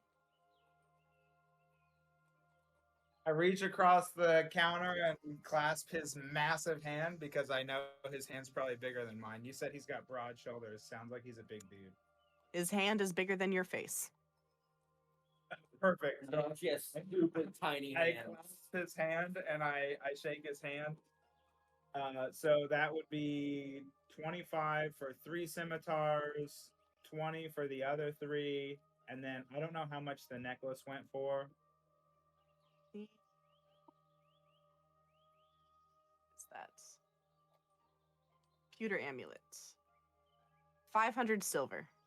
But he said the ratio for 450 or that would something? be 450, yeah. All right. And then after we're done with that trade, we only have one gemstone worth 40 gold pieces.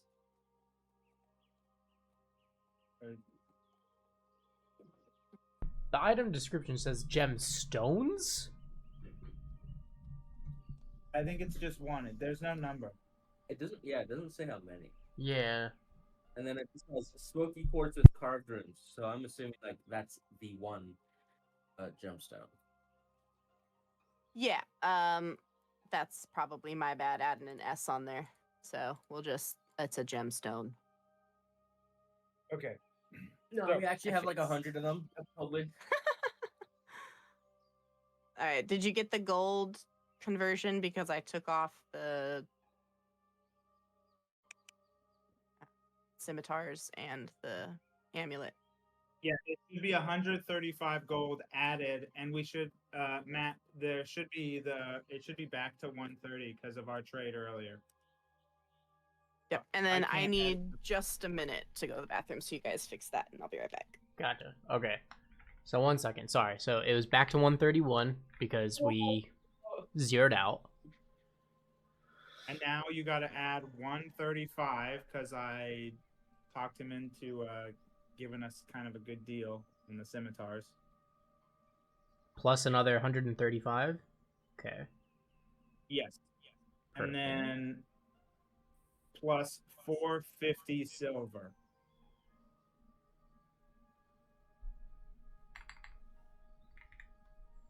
And then plus 450 silver. Yes. We're like bajillionaires at this point. Unfortunately, we're really not. Yeah. And We then have what do one I need to remove from the list because we sold it? I already Well, did. she Oh, already. perfect. Yeah. Including the leather armor. No. Okay, No. I haven't sold that yet. gotcha. So now I'm gonna pull the leather armor out and the gemstone and ask him what he would do, what kind of deal he would cut us for this one. The leather armor is a little bit damaged because you took it off of bodies that you had attacked. So he's willing to give you 5 gold for each of the leather armor. And what was the other thing? And the gemstone. Oh, and the gemstone, even trade. So he'll give you 40 gold points or gold pieces. Perfect. That's actually, I was gonna be like, yeah, I'll do the leather trade as long as you give us the gemstone for 40. But he's doing the deal I wanted, so perfect. Yeah, I'll He do knows that. what things So are worth. Yeah, so 5 times 3, that's another 15 gold, and then the 40 gold for the gemstone. So 55 added to 266. Currently at 321 gold. That's And pretty then nice. I will pull the ogre, or actually, I'll leave the ogre stuff alone, and I'll ask him, where can I trade in ogre stomach, skin, and ogre fat? Oh, here. Definitely. You Oh, have perfect. ogre stomach. The stomach hasn't been treated yet. Oh, how But I old know is it? You're not even a day, and I know you're a good guy. You've been giving me a good deal here, so I know you're gonna hook us up with a good trade here. Yep. Any ingredients you bring me from rare creatures, rare animals, even rare meats, I will give you fair, even trade at market value. So, ogre stomach, 10 gold. 10 gold. Okay. Per stomach. Good stuff. Yeah. What about the What fat and the about 6 skin? pounds of fat and ogre skin? 4 gold pieces per pound of the skin, and the fat. Yeah, fat might do better at the Verdant Apothecary, but I'll give you 2 gold pieces per pound of the fat. Well, we got 6. How's about you give us 3 for 3 and 2 for 3?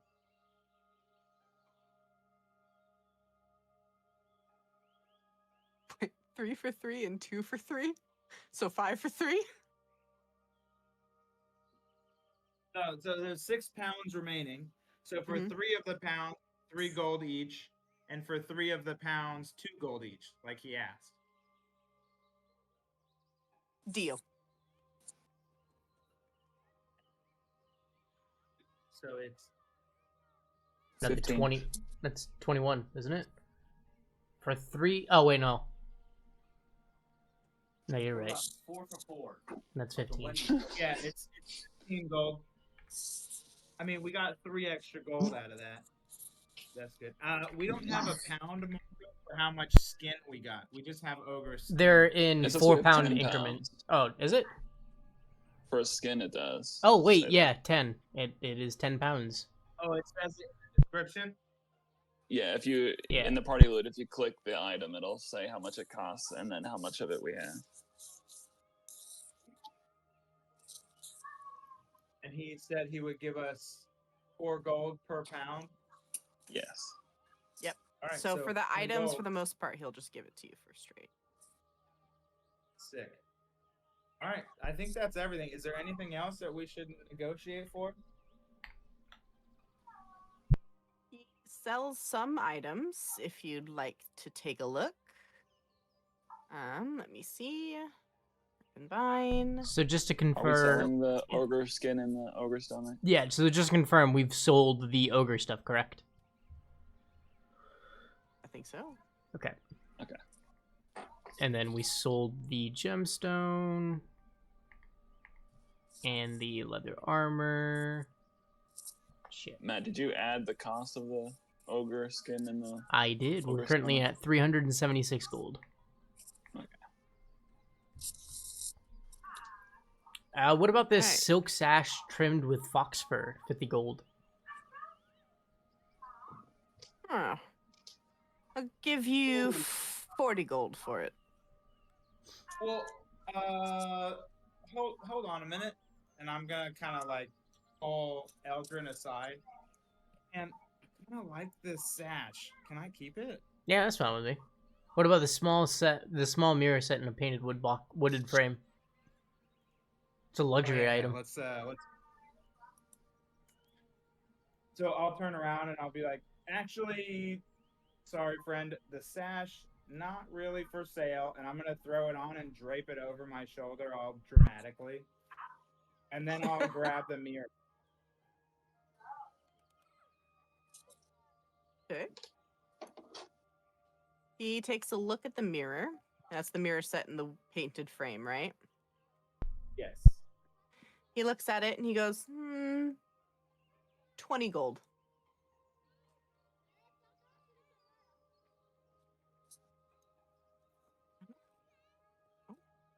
How's Yeah. about 25?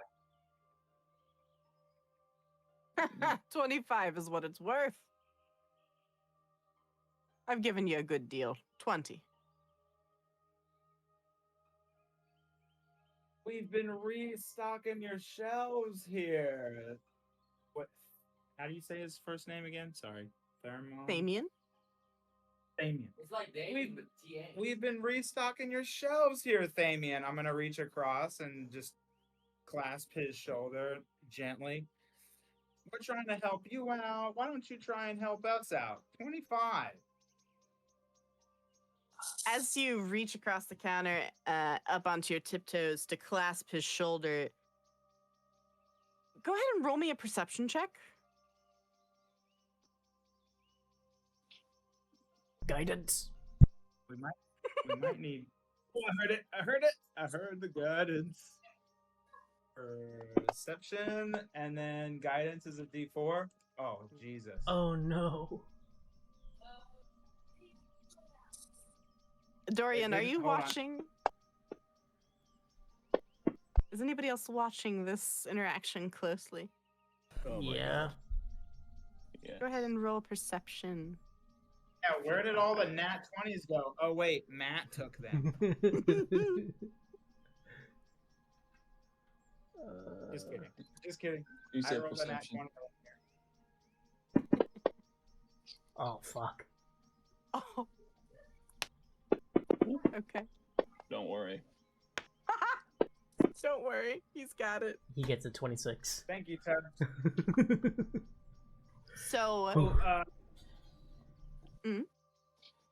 the silk sash, I can't grab it and drag it over.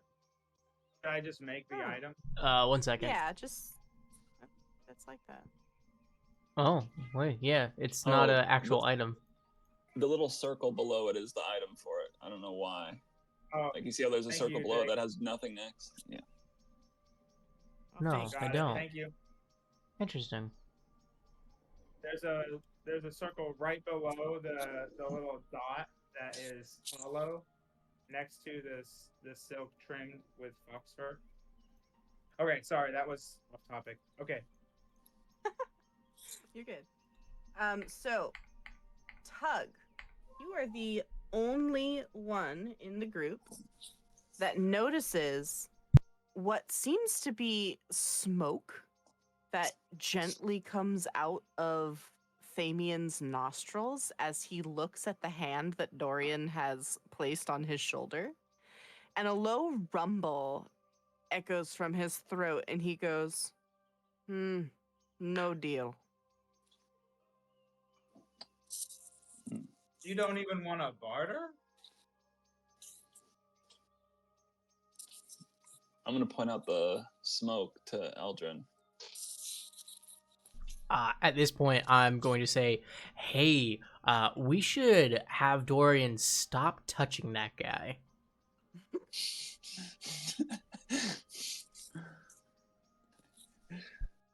Tug's gonna nod, and then I think we can go in. I'll bring you.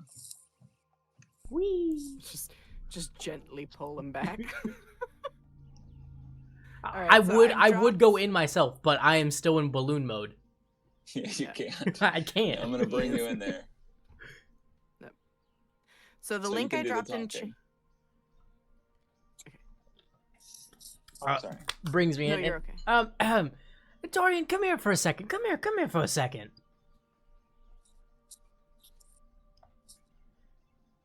Yeah, I'll sh- what's up, man?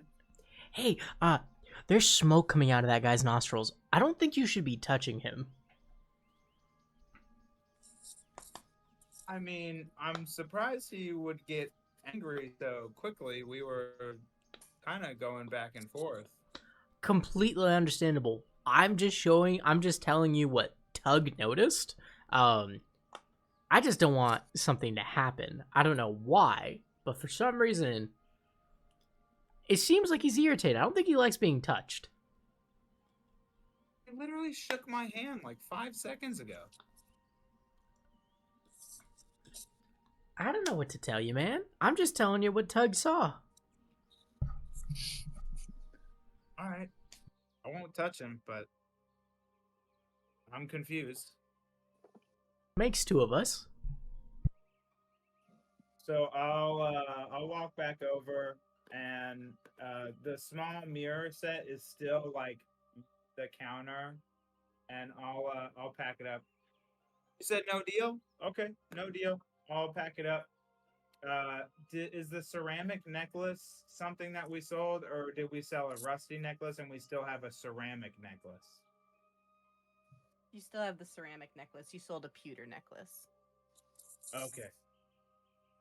All right. I'll pull out the ceramic necklace. Does this interest you at all? Now that you're not touching him, it's a curious little tick of his. He seems more amenable to keep bartering. He looks at the ceramic necklace and he nods. He goes, it's a god of destruction. I could give you 22 gold for it.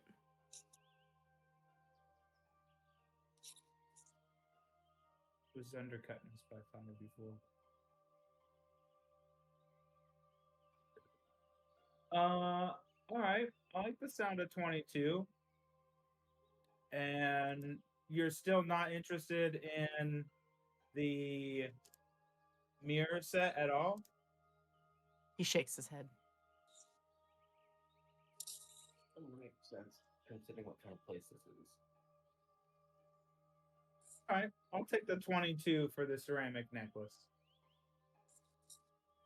Okay, perfect. He takes it with a faint smile on his lips.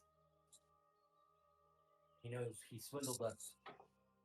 I mean, the worth is only 3 gold more. Like, I understand he's got to make a profit. That's why I've been trying to haggle for some things, but not for everything. The ceramic, we knew the ceramic necklace was worth 25? Yeah, it says 25 when you click on it.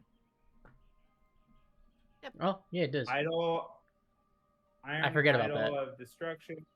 Cost is 25. Everything else, he was undercutting us by 5. He only cut us down by 3. So, like, all right, he's giving us a pretty good deal.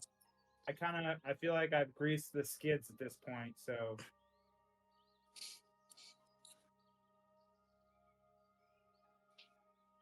I think that's everything. It looks like warm Alright. leather satchel. Do Are we need gonna the warm keep leather? the snake stuff? Sorry. The snake stuff is ingredients. Okay, so we're keeping those. We could ask him if there's anyone that might be interested in the mirror set. I think. Oh, wait, no. I The scales, apologize. the flesh. No, The those vermigloss. We need those are not ingredients. I don't know why the 3 doses of serpent's oil is popping up as the prayer beads of silent passage. What? But they are. Because you got to have a prayer to get through that. I guess so. Yeah. Okay, so we have the serpent's oil. Are we gonna keep any of the venom? Because the venom like incapacitates people, right? I feel like we should keep the venom, even though we can get a lot of gold for it. Yeah, let's keep that. We could Yeah, probably sell the alright, scales and the flesh, though. and the oil too, even though it says prayer beads. Yes. Is there any use? Is there any use that we know of for the oil? There were a couple of ingredients, I think, for the oil in the cookbook. I'm not seeing the oil on the. You're talking about in the party loot? Let me see. Oh, there it is. 3 That's doses 3 of serpent oil. I Okay, know maybe that the prayer the beads. I know that the flesh can be used in the cooking. The serpent's oil, when applied to a blade, the next successful hit deals extra 1d4 poison damage and lowers the target's movement speed by 10 feet till the end of its turn. Spoils after 1 hour if uncorked. I feel like we should just sell that.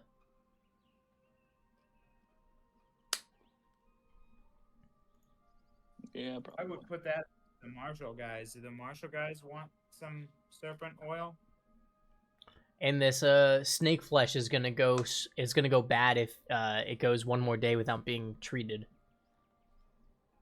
So we might as well offload it because we don't know how to treat it. Yeah. All right. You want? So Jake, Steven, do you guys? I mean, sorry, I should probably use your names. Ridiculable, Tug. Do you guys want the oil for your attacks? I'm relaxing, all cool.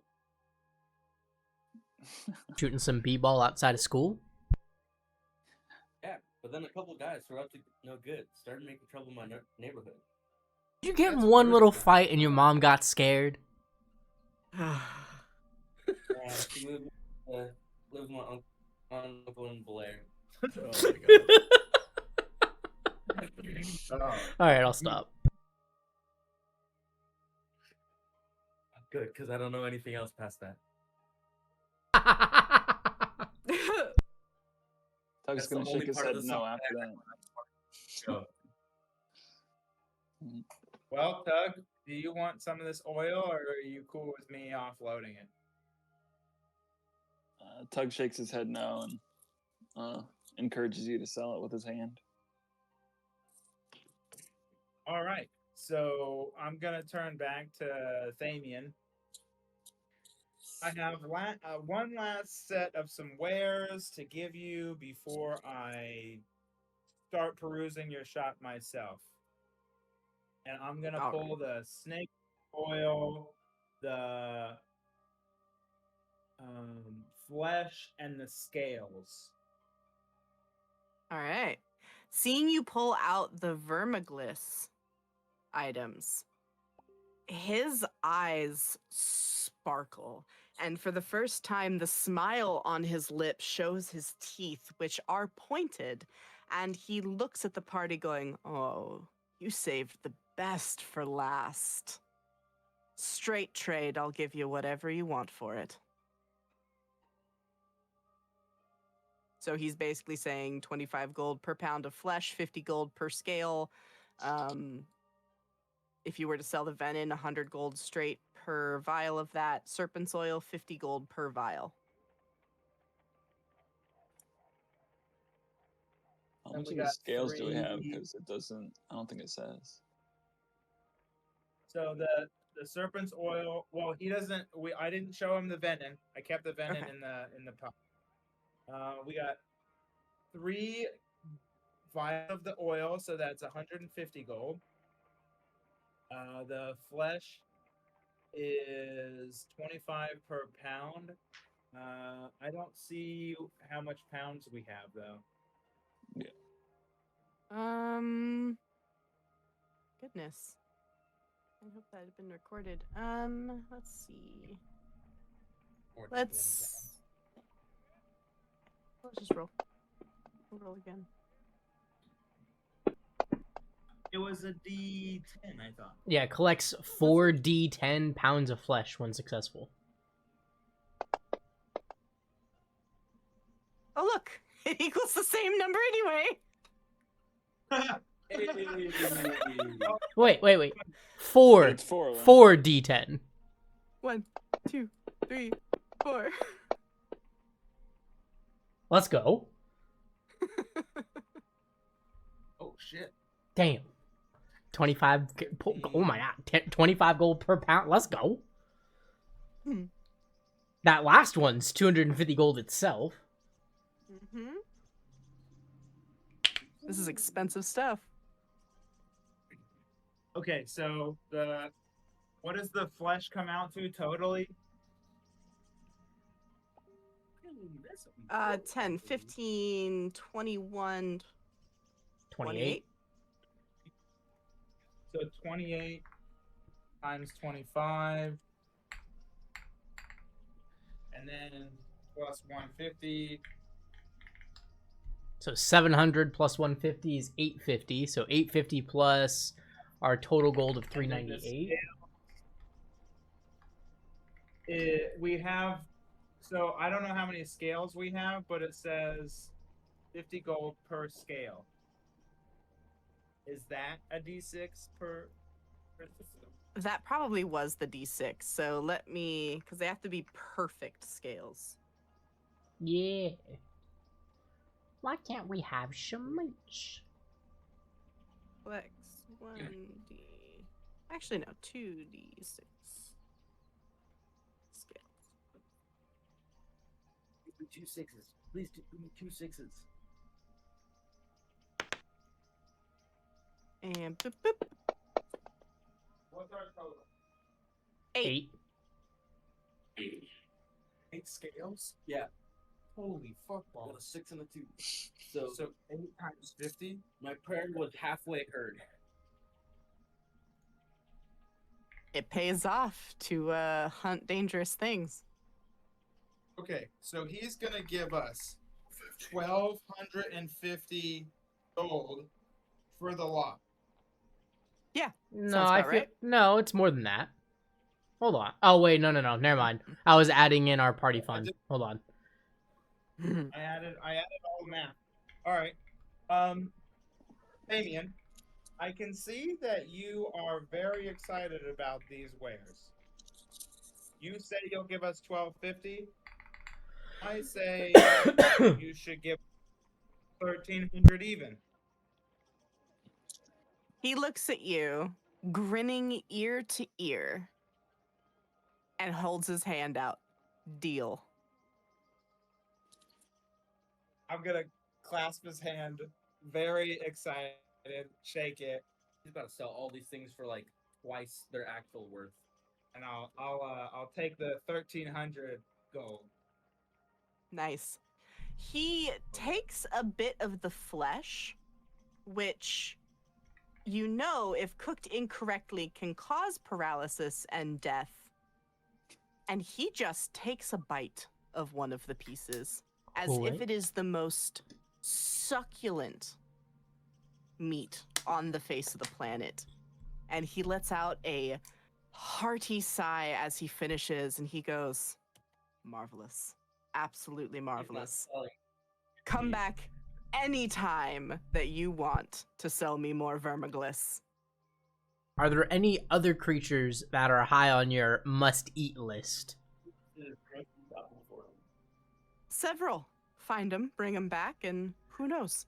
Yeah, do you have a list? Maybe I'll give you a bonus. Yeah, do you have a no, list? No list. Oh, No list. oh. It's a guessing game. for Watch us. me become a freaking monster hunter.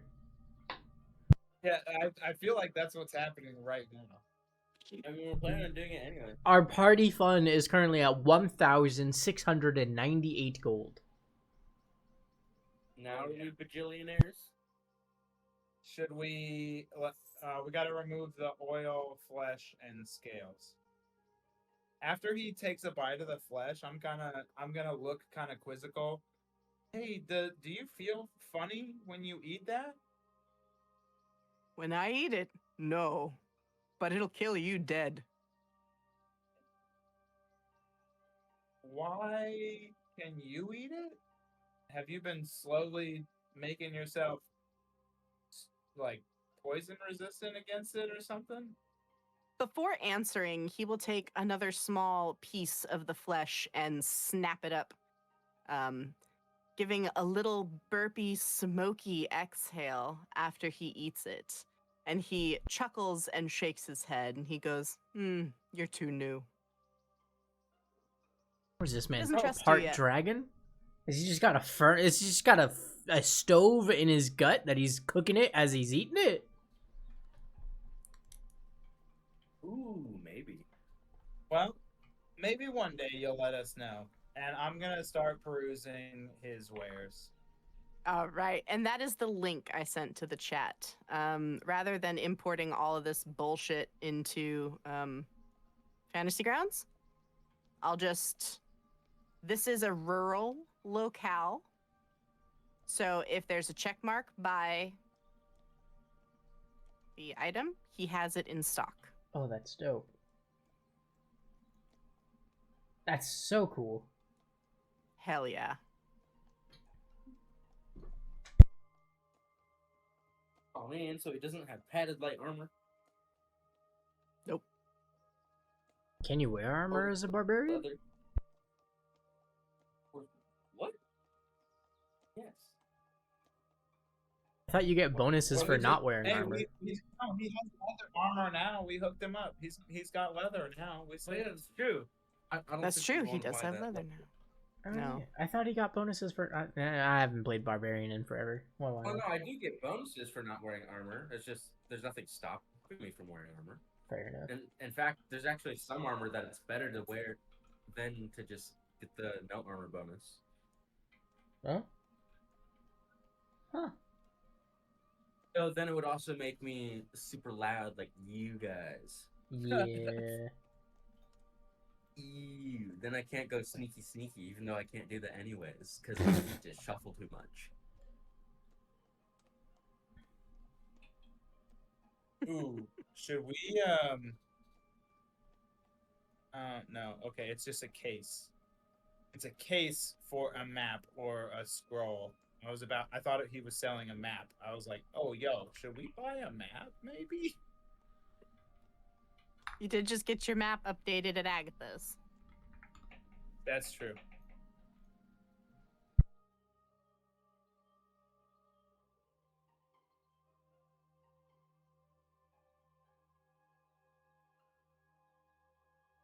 There are also a couple do- of other things. I like that you have this list because I am legit. Like I said, hey, I'm gonna peruse his wares. I'm legit perusing his wares at this very moment. You are? I too. Isn't that fun? I love it. It's perfect.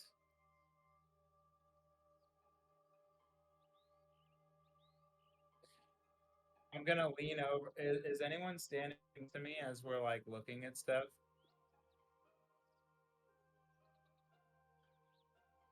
No? Are you standing next to me? No? Yeah, I'm also I guess looking at not. stuff. Tug, you with me? Oh yeah. I'm with you. No, I'm gonna get to the rope and be like, should we buy more rope for our balloon friend over there? And I'm gonna gesture towards Eldrin.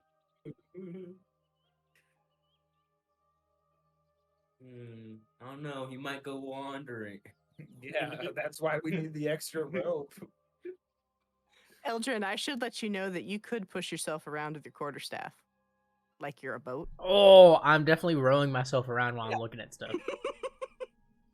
That's the first thing I thought of when I heard you that you had the quarterstaff. I was Oh my like, god. Row, row, row my boat gently down the stream. Merrily, merrily, merrily, merrily. Life is but a dream. The navigator's tools, is that for like somebody who's on a ship? Navigator tools are a sextant, a compass, calipers, a ruler, parchment, ink, and a quill. If you click on them, it actually expands it down below and doesn't take you off the page. And tells you all about it, which is nice. really cool. Yeah, I do This love is this is an amazing website. This is the website I am using for harvesting monster loot. okay. Yeah. Question. So, this did you change, like, is this, like, specific to this area, or is it, like, all premium locales? Because this is a rural locale, I get it. So does that mean that even, like, premium locales at, like, bigger cities won't have more than this? What's on this list for, like, armors and stuff?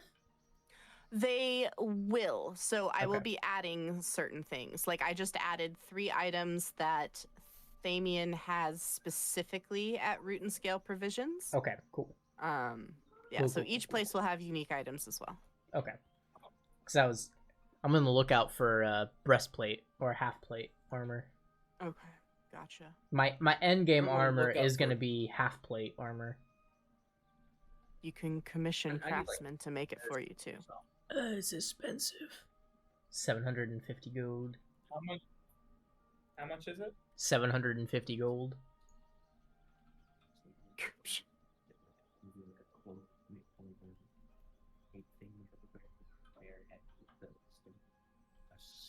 Because eventually I'm going to get medium armor mastery as a feat at, like, if we ever hit 8th level, I'm gonna hit that, which makes it so my dexterity gets bumped up 1, and then I get 1 more AC from medium armor. So basically it would turn my character into more of a tank, because right now my AC is currently, where's my character? Where am I? Oh god, I'm lost. Where's my I token? know where you are. Oh, there I am. There you go. Because currently my AC is 18 with a shield. If I get half plate, it bumps it to 19. And then once I hit 8th level and get medium armor mastery, it bumps it to 20. So I'll have a 20 AC with medium armor. God. You'll need it. I mean, that's good. What the fuck did What? you just say? Excuse me?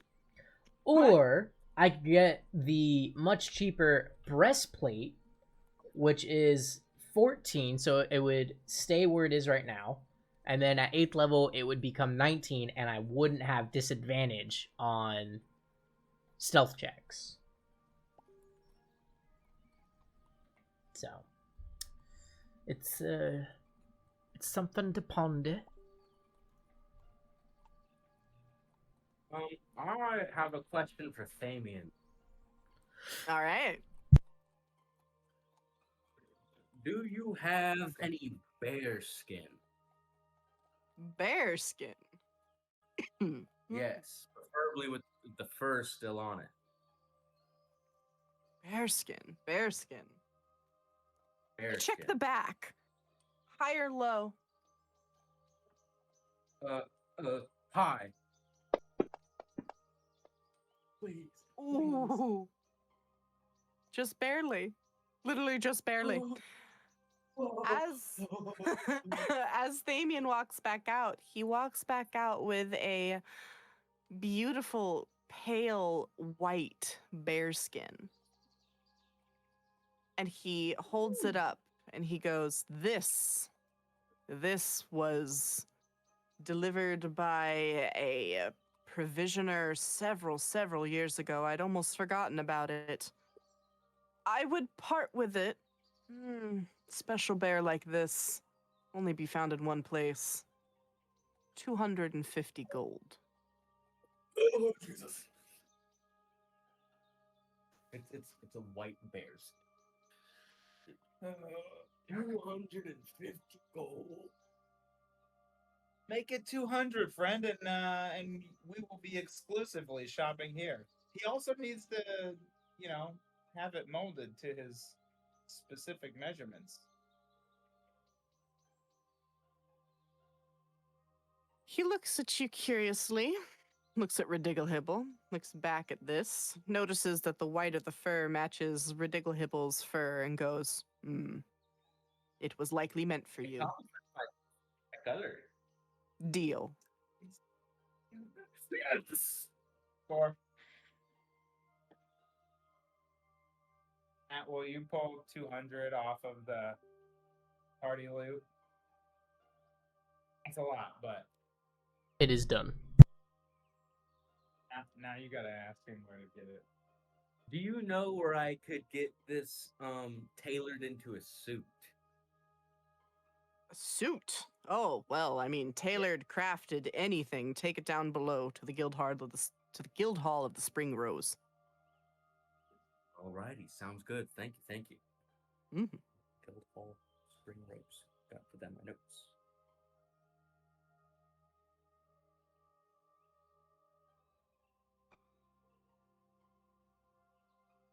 Guild Hall of the what? Guild hall of the Spring Rose. Thank you. Oh yes, it's all coming together.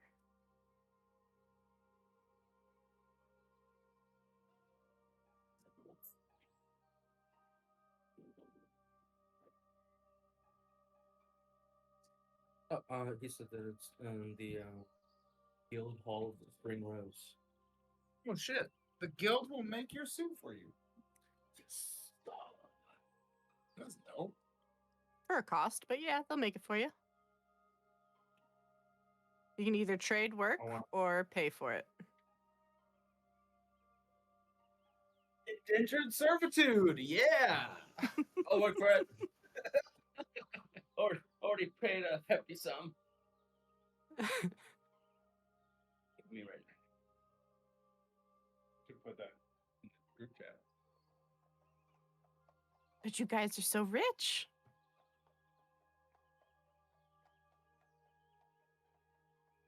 I mean, yeah, he probably could. He could probably pay for it. We could probably pay for it.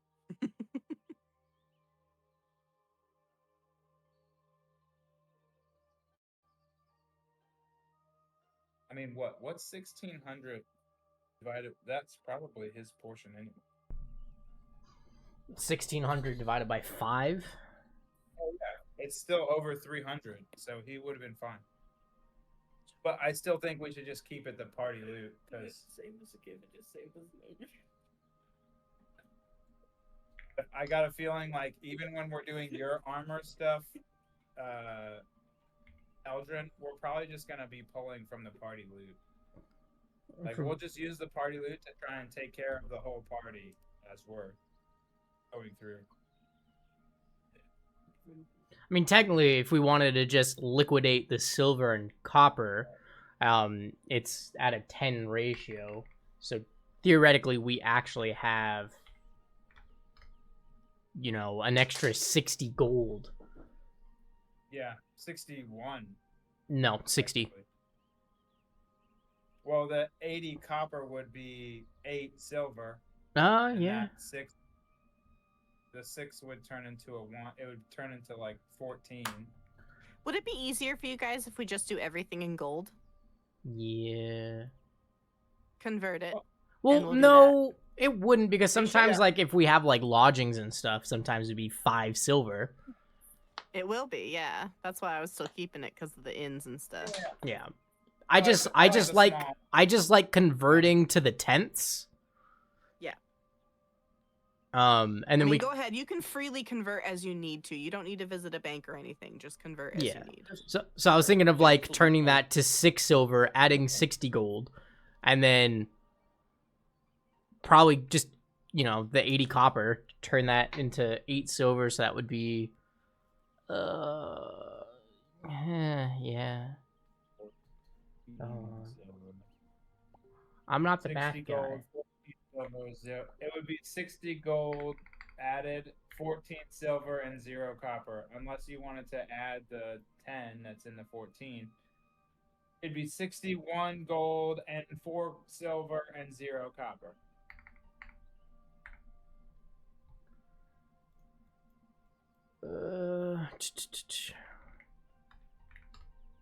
So this would be 559 and 0 copper.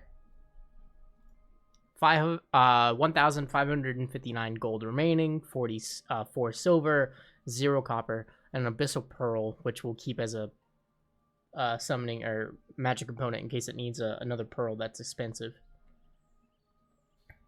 They are Yes. expensive. I support this decision.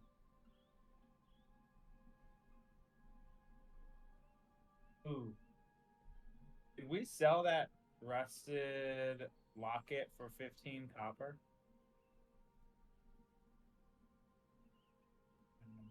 That must have been while I was in the restroom if you did. Yeah, I added that to our like initial deal, trying to sweeten up the deal, even though it's only 15 copper.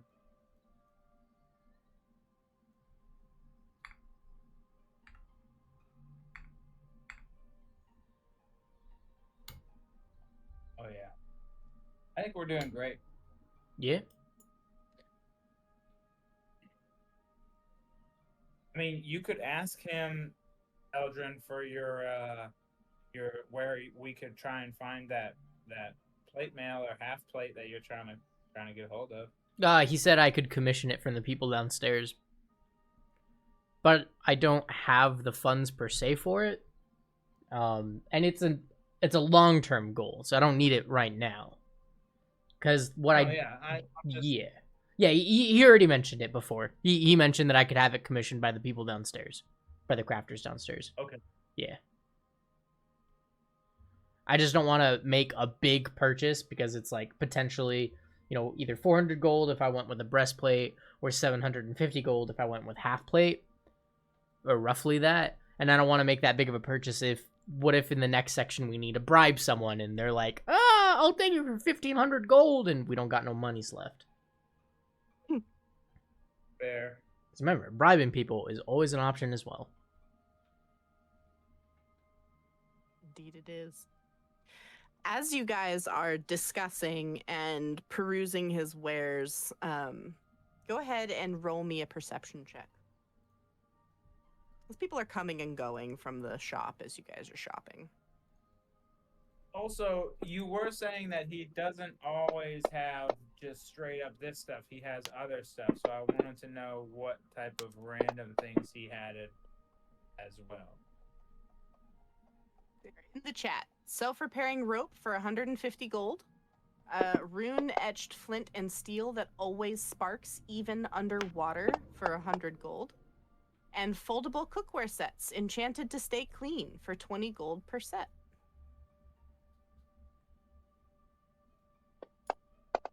All right, hear me out. Doug is crushing it. Doug is crushing it. All right. Hear me out, Eldrin. I don't think we need the foldable cookware stuff. If we have everything we need to cook, I have prestidigitation. It's a cantrip, and I just cast that, and everything is clean. We don't need to have anything that cleans itself. You know what I'm saying? I never once was going to say we should buy that. Okay, I'm just making sure. I have my cooking pot. Cooking pot. Cooking pot / step stool. Yeah. Aldrin's just floating there, like, looking at you bewildered, like, I wasn't saying we should buy it. It's a waste of money. I've got Old Faithful on my back. Why would we need that? Just eat out of the pot. Do you not like my pot? No. I love the pot. Let's stick with the pot. When in doubt, Don't get any ideas. in the heat of battle, you could wear it as a helmet too, In as you guys are mentioning the pot, because you guys are talking about it out loud, right? Yeah. Yeah. The Thamian is kind of curious about the pot that is now on the dwarf's back, looking at it curiously, looking through the patina that has grown, and he seems kind of interested, but he doesn't say anything. Tug, you notice this, as well as noticing someone rather dapper has entered Root and Scale Provisions and is walking up to Thamian, who looks at this new person with great interest.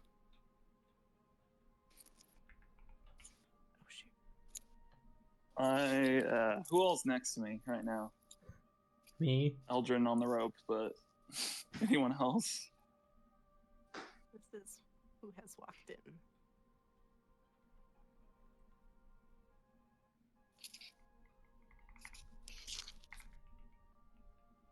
I mean, if Dorian and I are close to Yeah, I think we're all then close by. that means we're also Okay. next to you. I'm gonna like nudge Dorian and point at the guy that just walked in.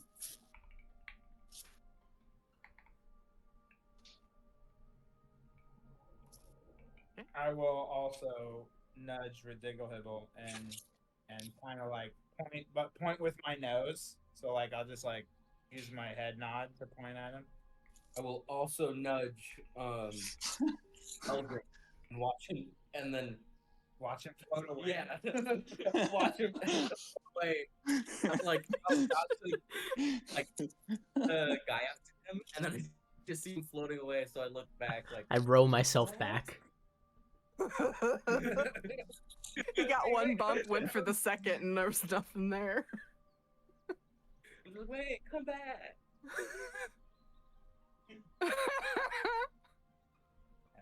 You're doing so good. You're so brave. As you guys watch, this man. Oh, that's right. I have a character. Ka-bonk. Walks right up to Thamian. He starts talking.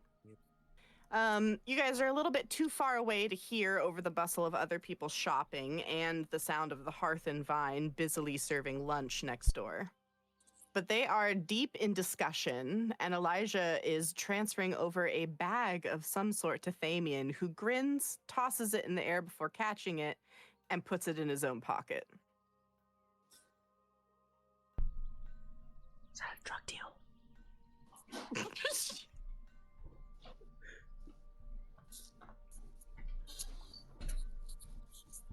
What do you guys do? Well, we don't have our road. Bard, go do Bard things.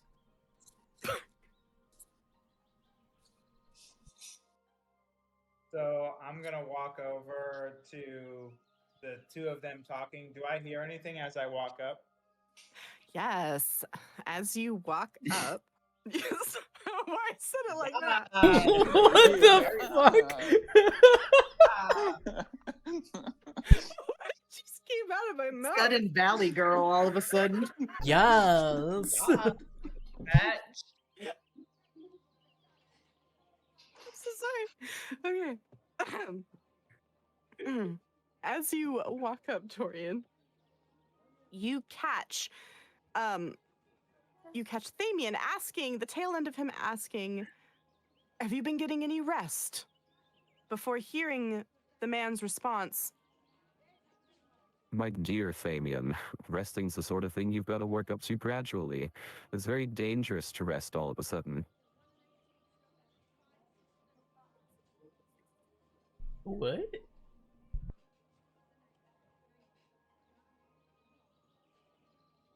I'm gonna nudge Eldrin again and be like, I think he's a robot. Only robots don't sleep. Tabitha, I don't know if you're still talking, but I can't hear. No. Okay. no, I'm not. It was just, that was the tail end that you caught. Okay. Was it As bad? I couldn't hear. No. So It wasn't. It came in clear. It was just confusing. Oh, okay. So as I walk up, I'm gonna look at Thamian and friend, why can I please be introduced to your dapper companion here? Thamian looks up at you and he goes, oh, right. I forgot. You aren't aware that you're in the presence of Christ. You're practically royalty, aren't you, Elijah? Elijah lets out a hearty laugh and shakes his head.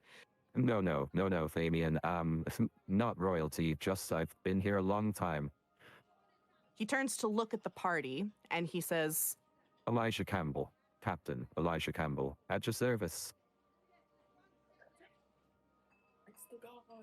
Domo arigato, Mr. Roboto.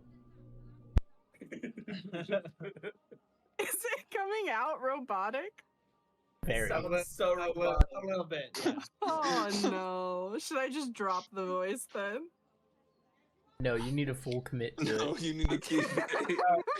For Fully, sure. you gotta fully build in. He's a warforged or something. We don't know. We just have to put it into his for now. Ridigle Hill fully believes from now on that he might just be a robot. As he announces himself, I will bow deeply, and then as I start to like come out of my bow, I'll look up, and I'll be like, "Did you say Prince?" And I'll wink as I kind of look over at Famian, and then I'll hold my hand out to shake the captain's hand. Elijah immediately shakes your hand. He seems happy to meet you.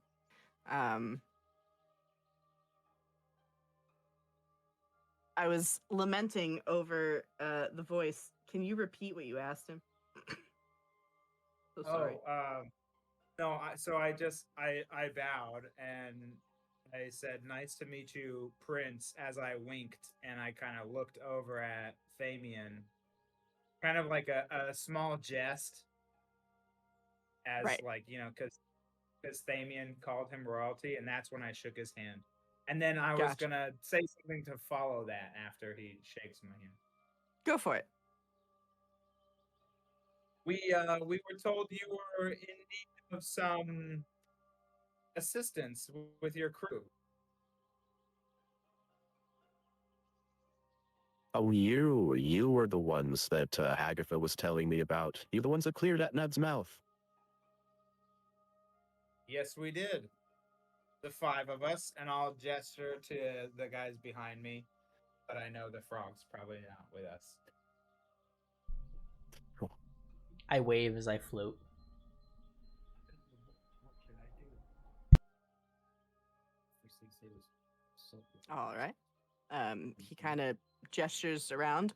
He goes, "What?" If you are still shopping, chaps, then I shouldn't interrupt you. However, if you're interested in joining the crew, and maybe getting a little more information on the key I know you have, then you can meet me at the Hearth and Vine, where I'll eagerly be awaiting your arrival. We'll see you there in the Hearth and Vine. As you say that, he nods, tips an invisible hat to the rest of you, and walks out of the building. As he's leaving, I'm gonna kind of like holler after him. Make sure you have tankards for us when we get there, friend. As he walks without turning back, he waves his hand as he disappears inside the Hearth and Vine. When you're ready, Perfect. he'll be out there.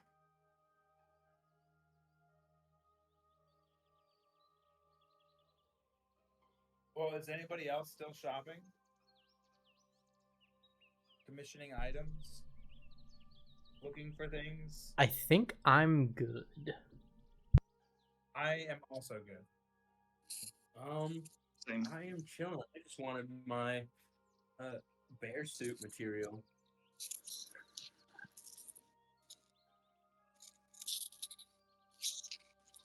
All I right. needed something bear-related, and I thought a suit would fit my character well, considering he's already wearing a suit.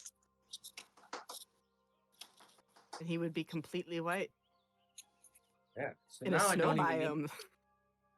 yeah, I don't even need the cloak anymore because that I was gonna turn into a red suit. Maybe I'll just have a collection of suits. One for each occasion or wherever we're going. So maybe I'll still turn it into a suit anyways. Anytime we go to a ball, he's like, "Ooh, red, black, white. What suit should I wear?" Like, what color is the theme of the ball? Or when he's going into battle, like, ooh, what color is that one's blood again? Green? Okay, I'll put on my green suit.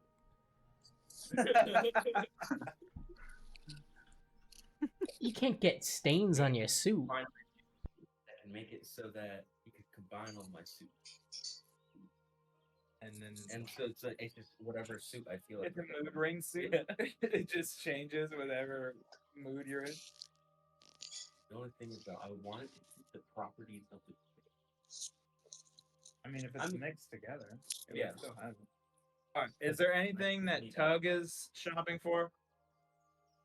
Nothing at the moment. I looked through and I think I'm kind of with Eldrin, or I just kind of need armor upgrades or a weapon upgrade, and I don't know that that's much of a possibility here. Alright, You sounds get good to me. something commissioned, but there isn't anything available yet.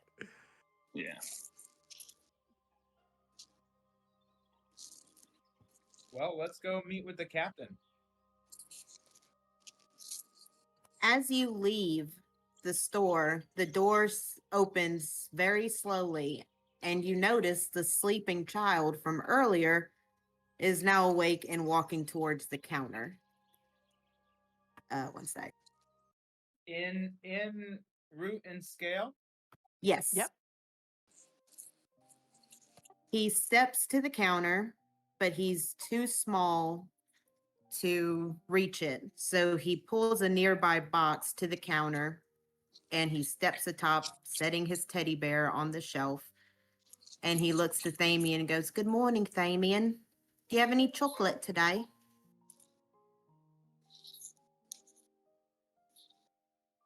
Damien looks at the boy with a warm smile, and he nods. He goes, "Always, always for you."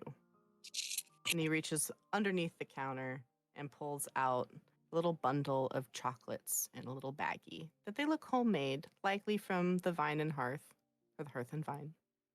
And he hands them over. "Here you are, sweetheart." The little boy accepts the chocolates with a bright but sleepy smile, and he gives a wide yawn before asking, "How much do I owe you this time?"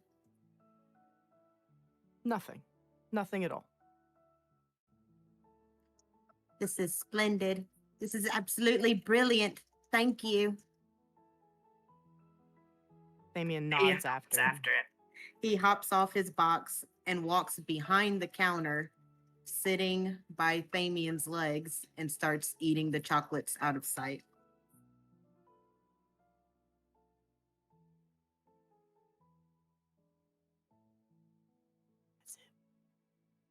And you guys are free to go if you wish. I'm still standing at the counter. Are you? Yeah, I know. I just got done talking to the captain there, so I Yeah. was standing there the whole time this interaction happened. Absolutely. You're over here then. Yep. Before he walks behind the counter, I'm gonna ask the boy, "Hey lad, what's your name?" The little boy looks up at him and gives a little smile and a polite bow and says, "I'm a prince. I'm Prince Belphegor." You said Prince Dill Pickle? Belphegor. Yeah, that's what I said. What's your favorite animal, Prince? I'm especially partial to bears. Like this one here. His name's William. I'm gonna use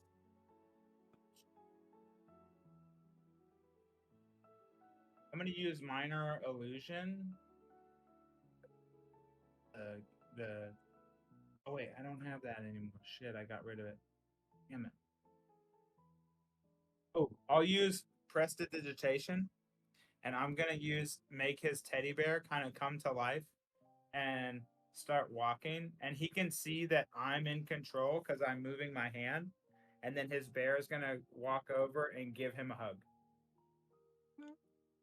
Prince Belphegor suddenly gasps happily, clapping his hands. "Oh, look, William, you're brilliant. Absolutely splendid.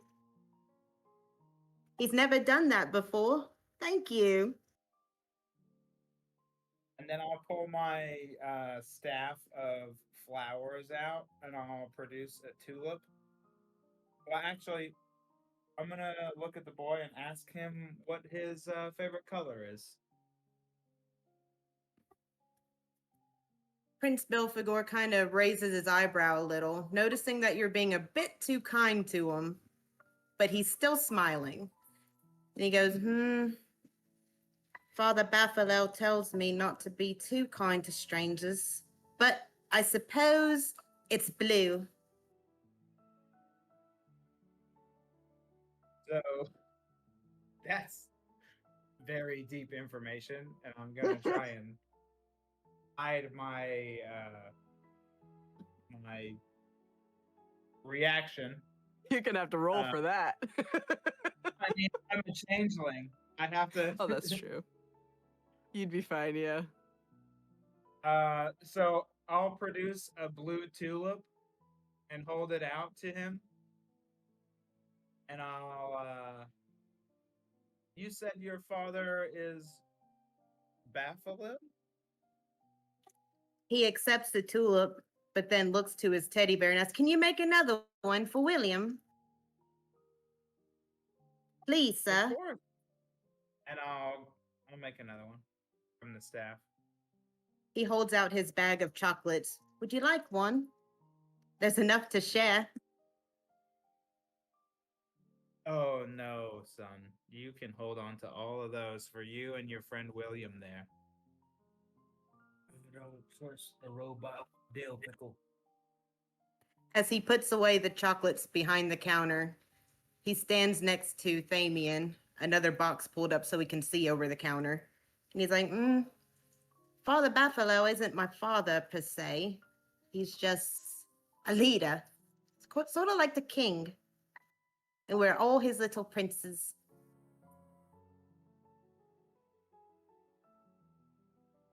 Huh. So he's your father, and I assume that he's also ruler over Thamian as well, as I kind of side-eye kind of glance at Thamian. Thamian scoffs and looks away. Not quite. You see, my actual father, he was a policeman who died. But Baphalel is, you could say he's like a father to me, but his actual title is father.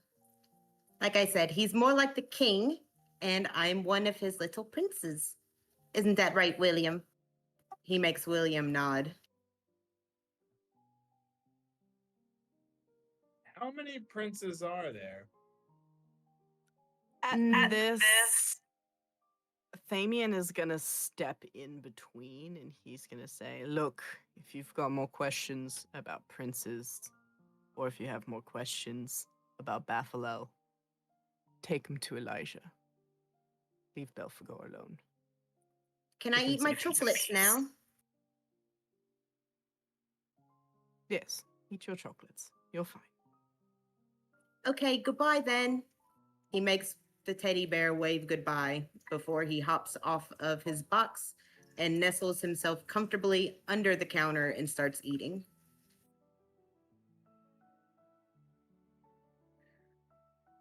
Okay, Thamian. I understand you're being protective, but also a little defensive. I was just a little curious, that's all. He looks at you apologetically and he says, I'm sorry, but he's just a kid.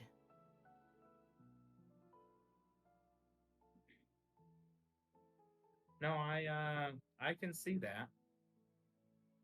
And a kid being brainwashed is usually what that is.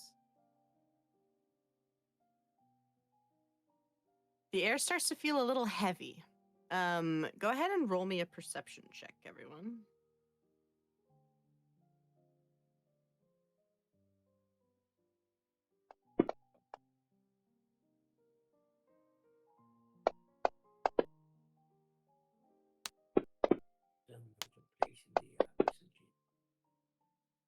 Where is your person? Oh, there it is.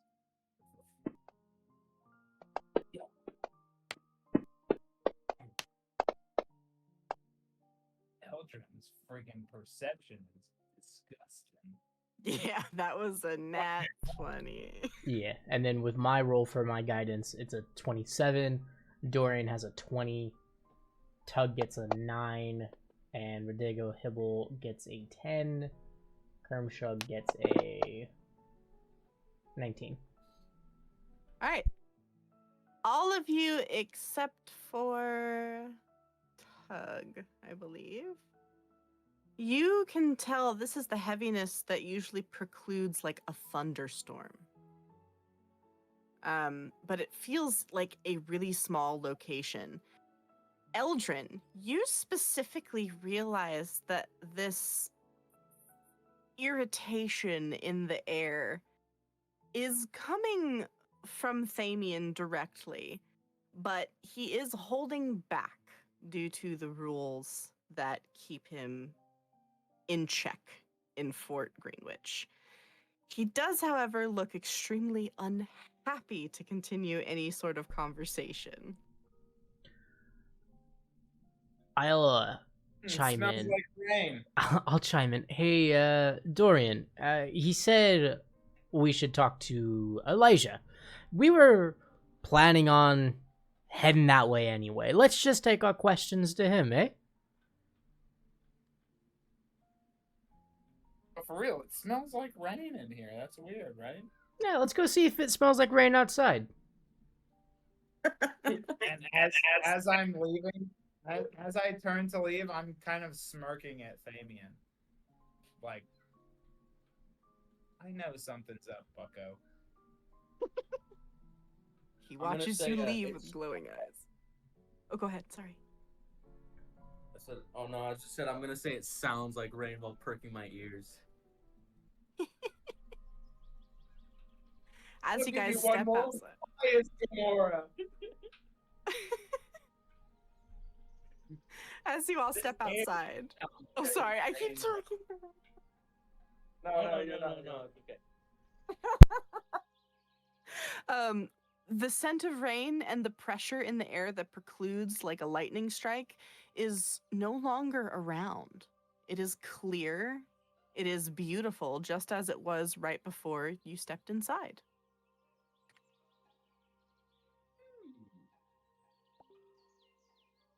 He didn't like me asking questions, did he?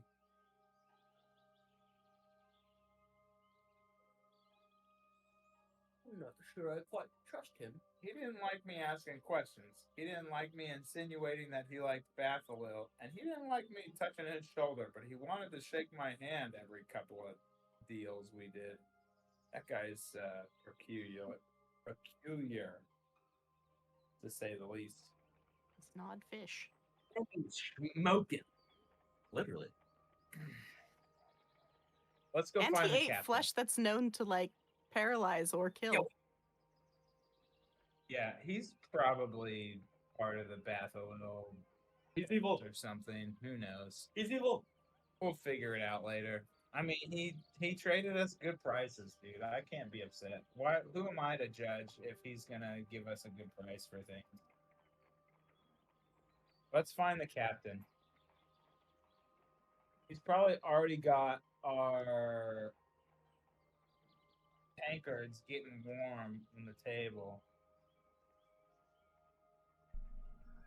Point of conjuncture, it is 4 minutes till 3 our time. No. DM, do you think this would be a good time to stop and then we can get into talking to Elijah more in depth next time, or how's everyone feeling on that part? Yeah, I mean, I feel fine. I feel fine with that too, but I'm just sad. I wish we could keep going. I know.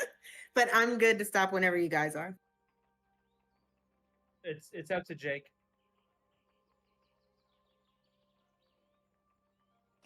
Jakey. Just Yeah. your clothes. Now sounds like a good time. We have dinner on the table.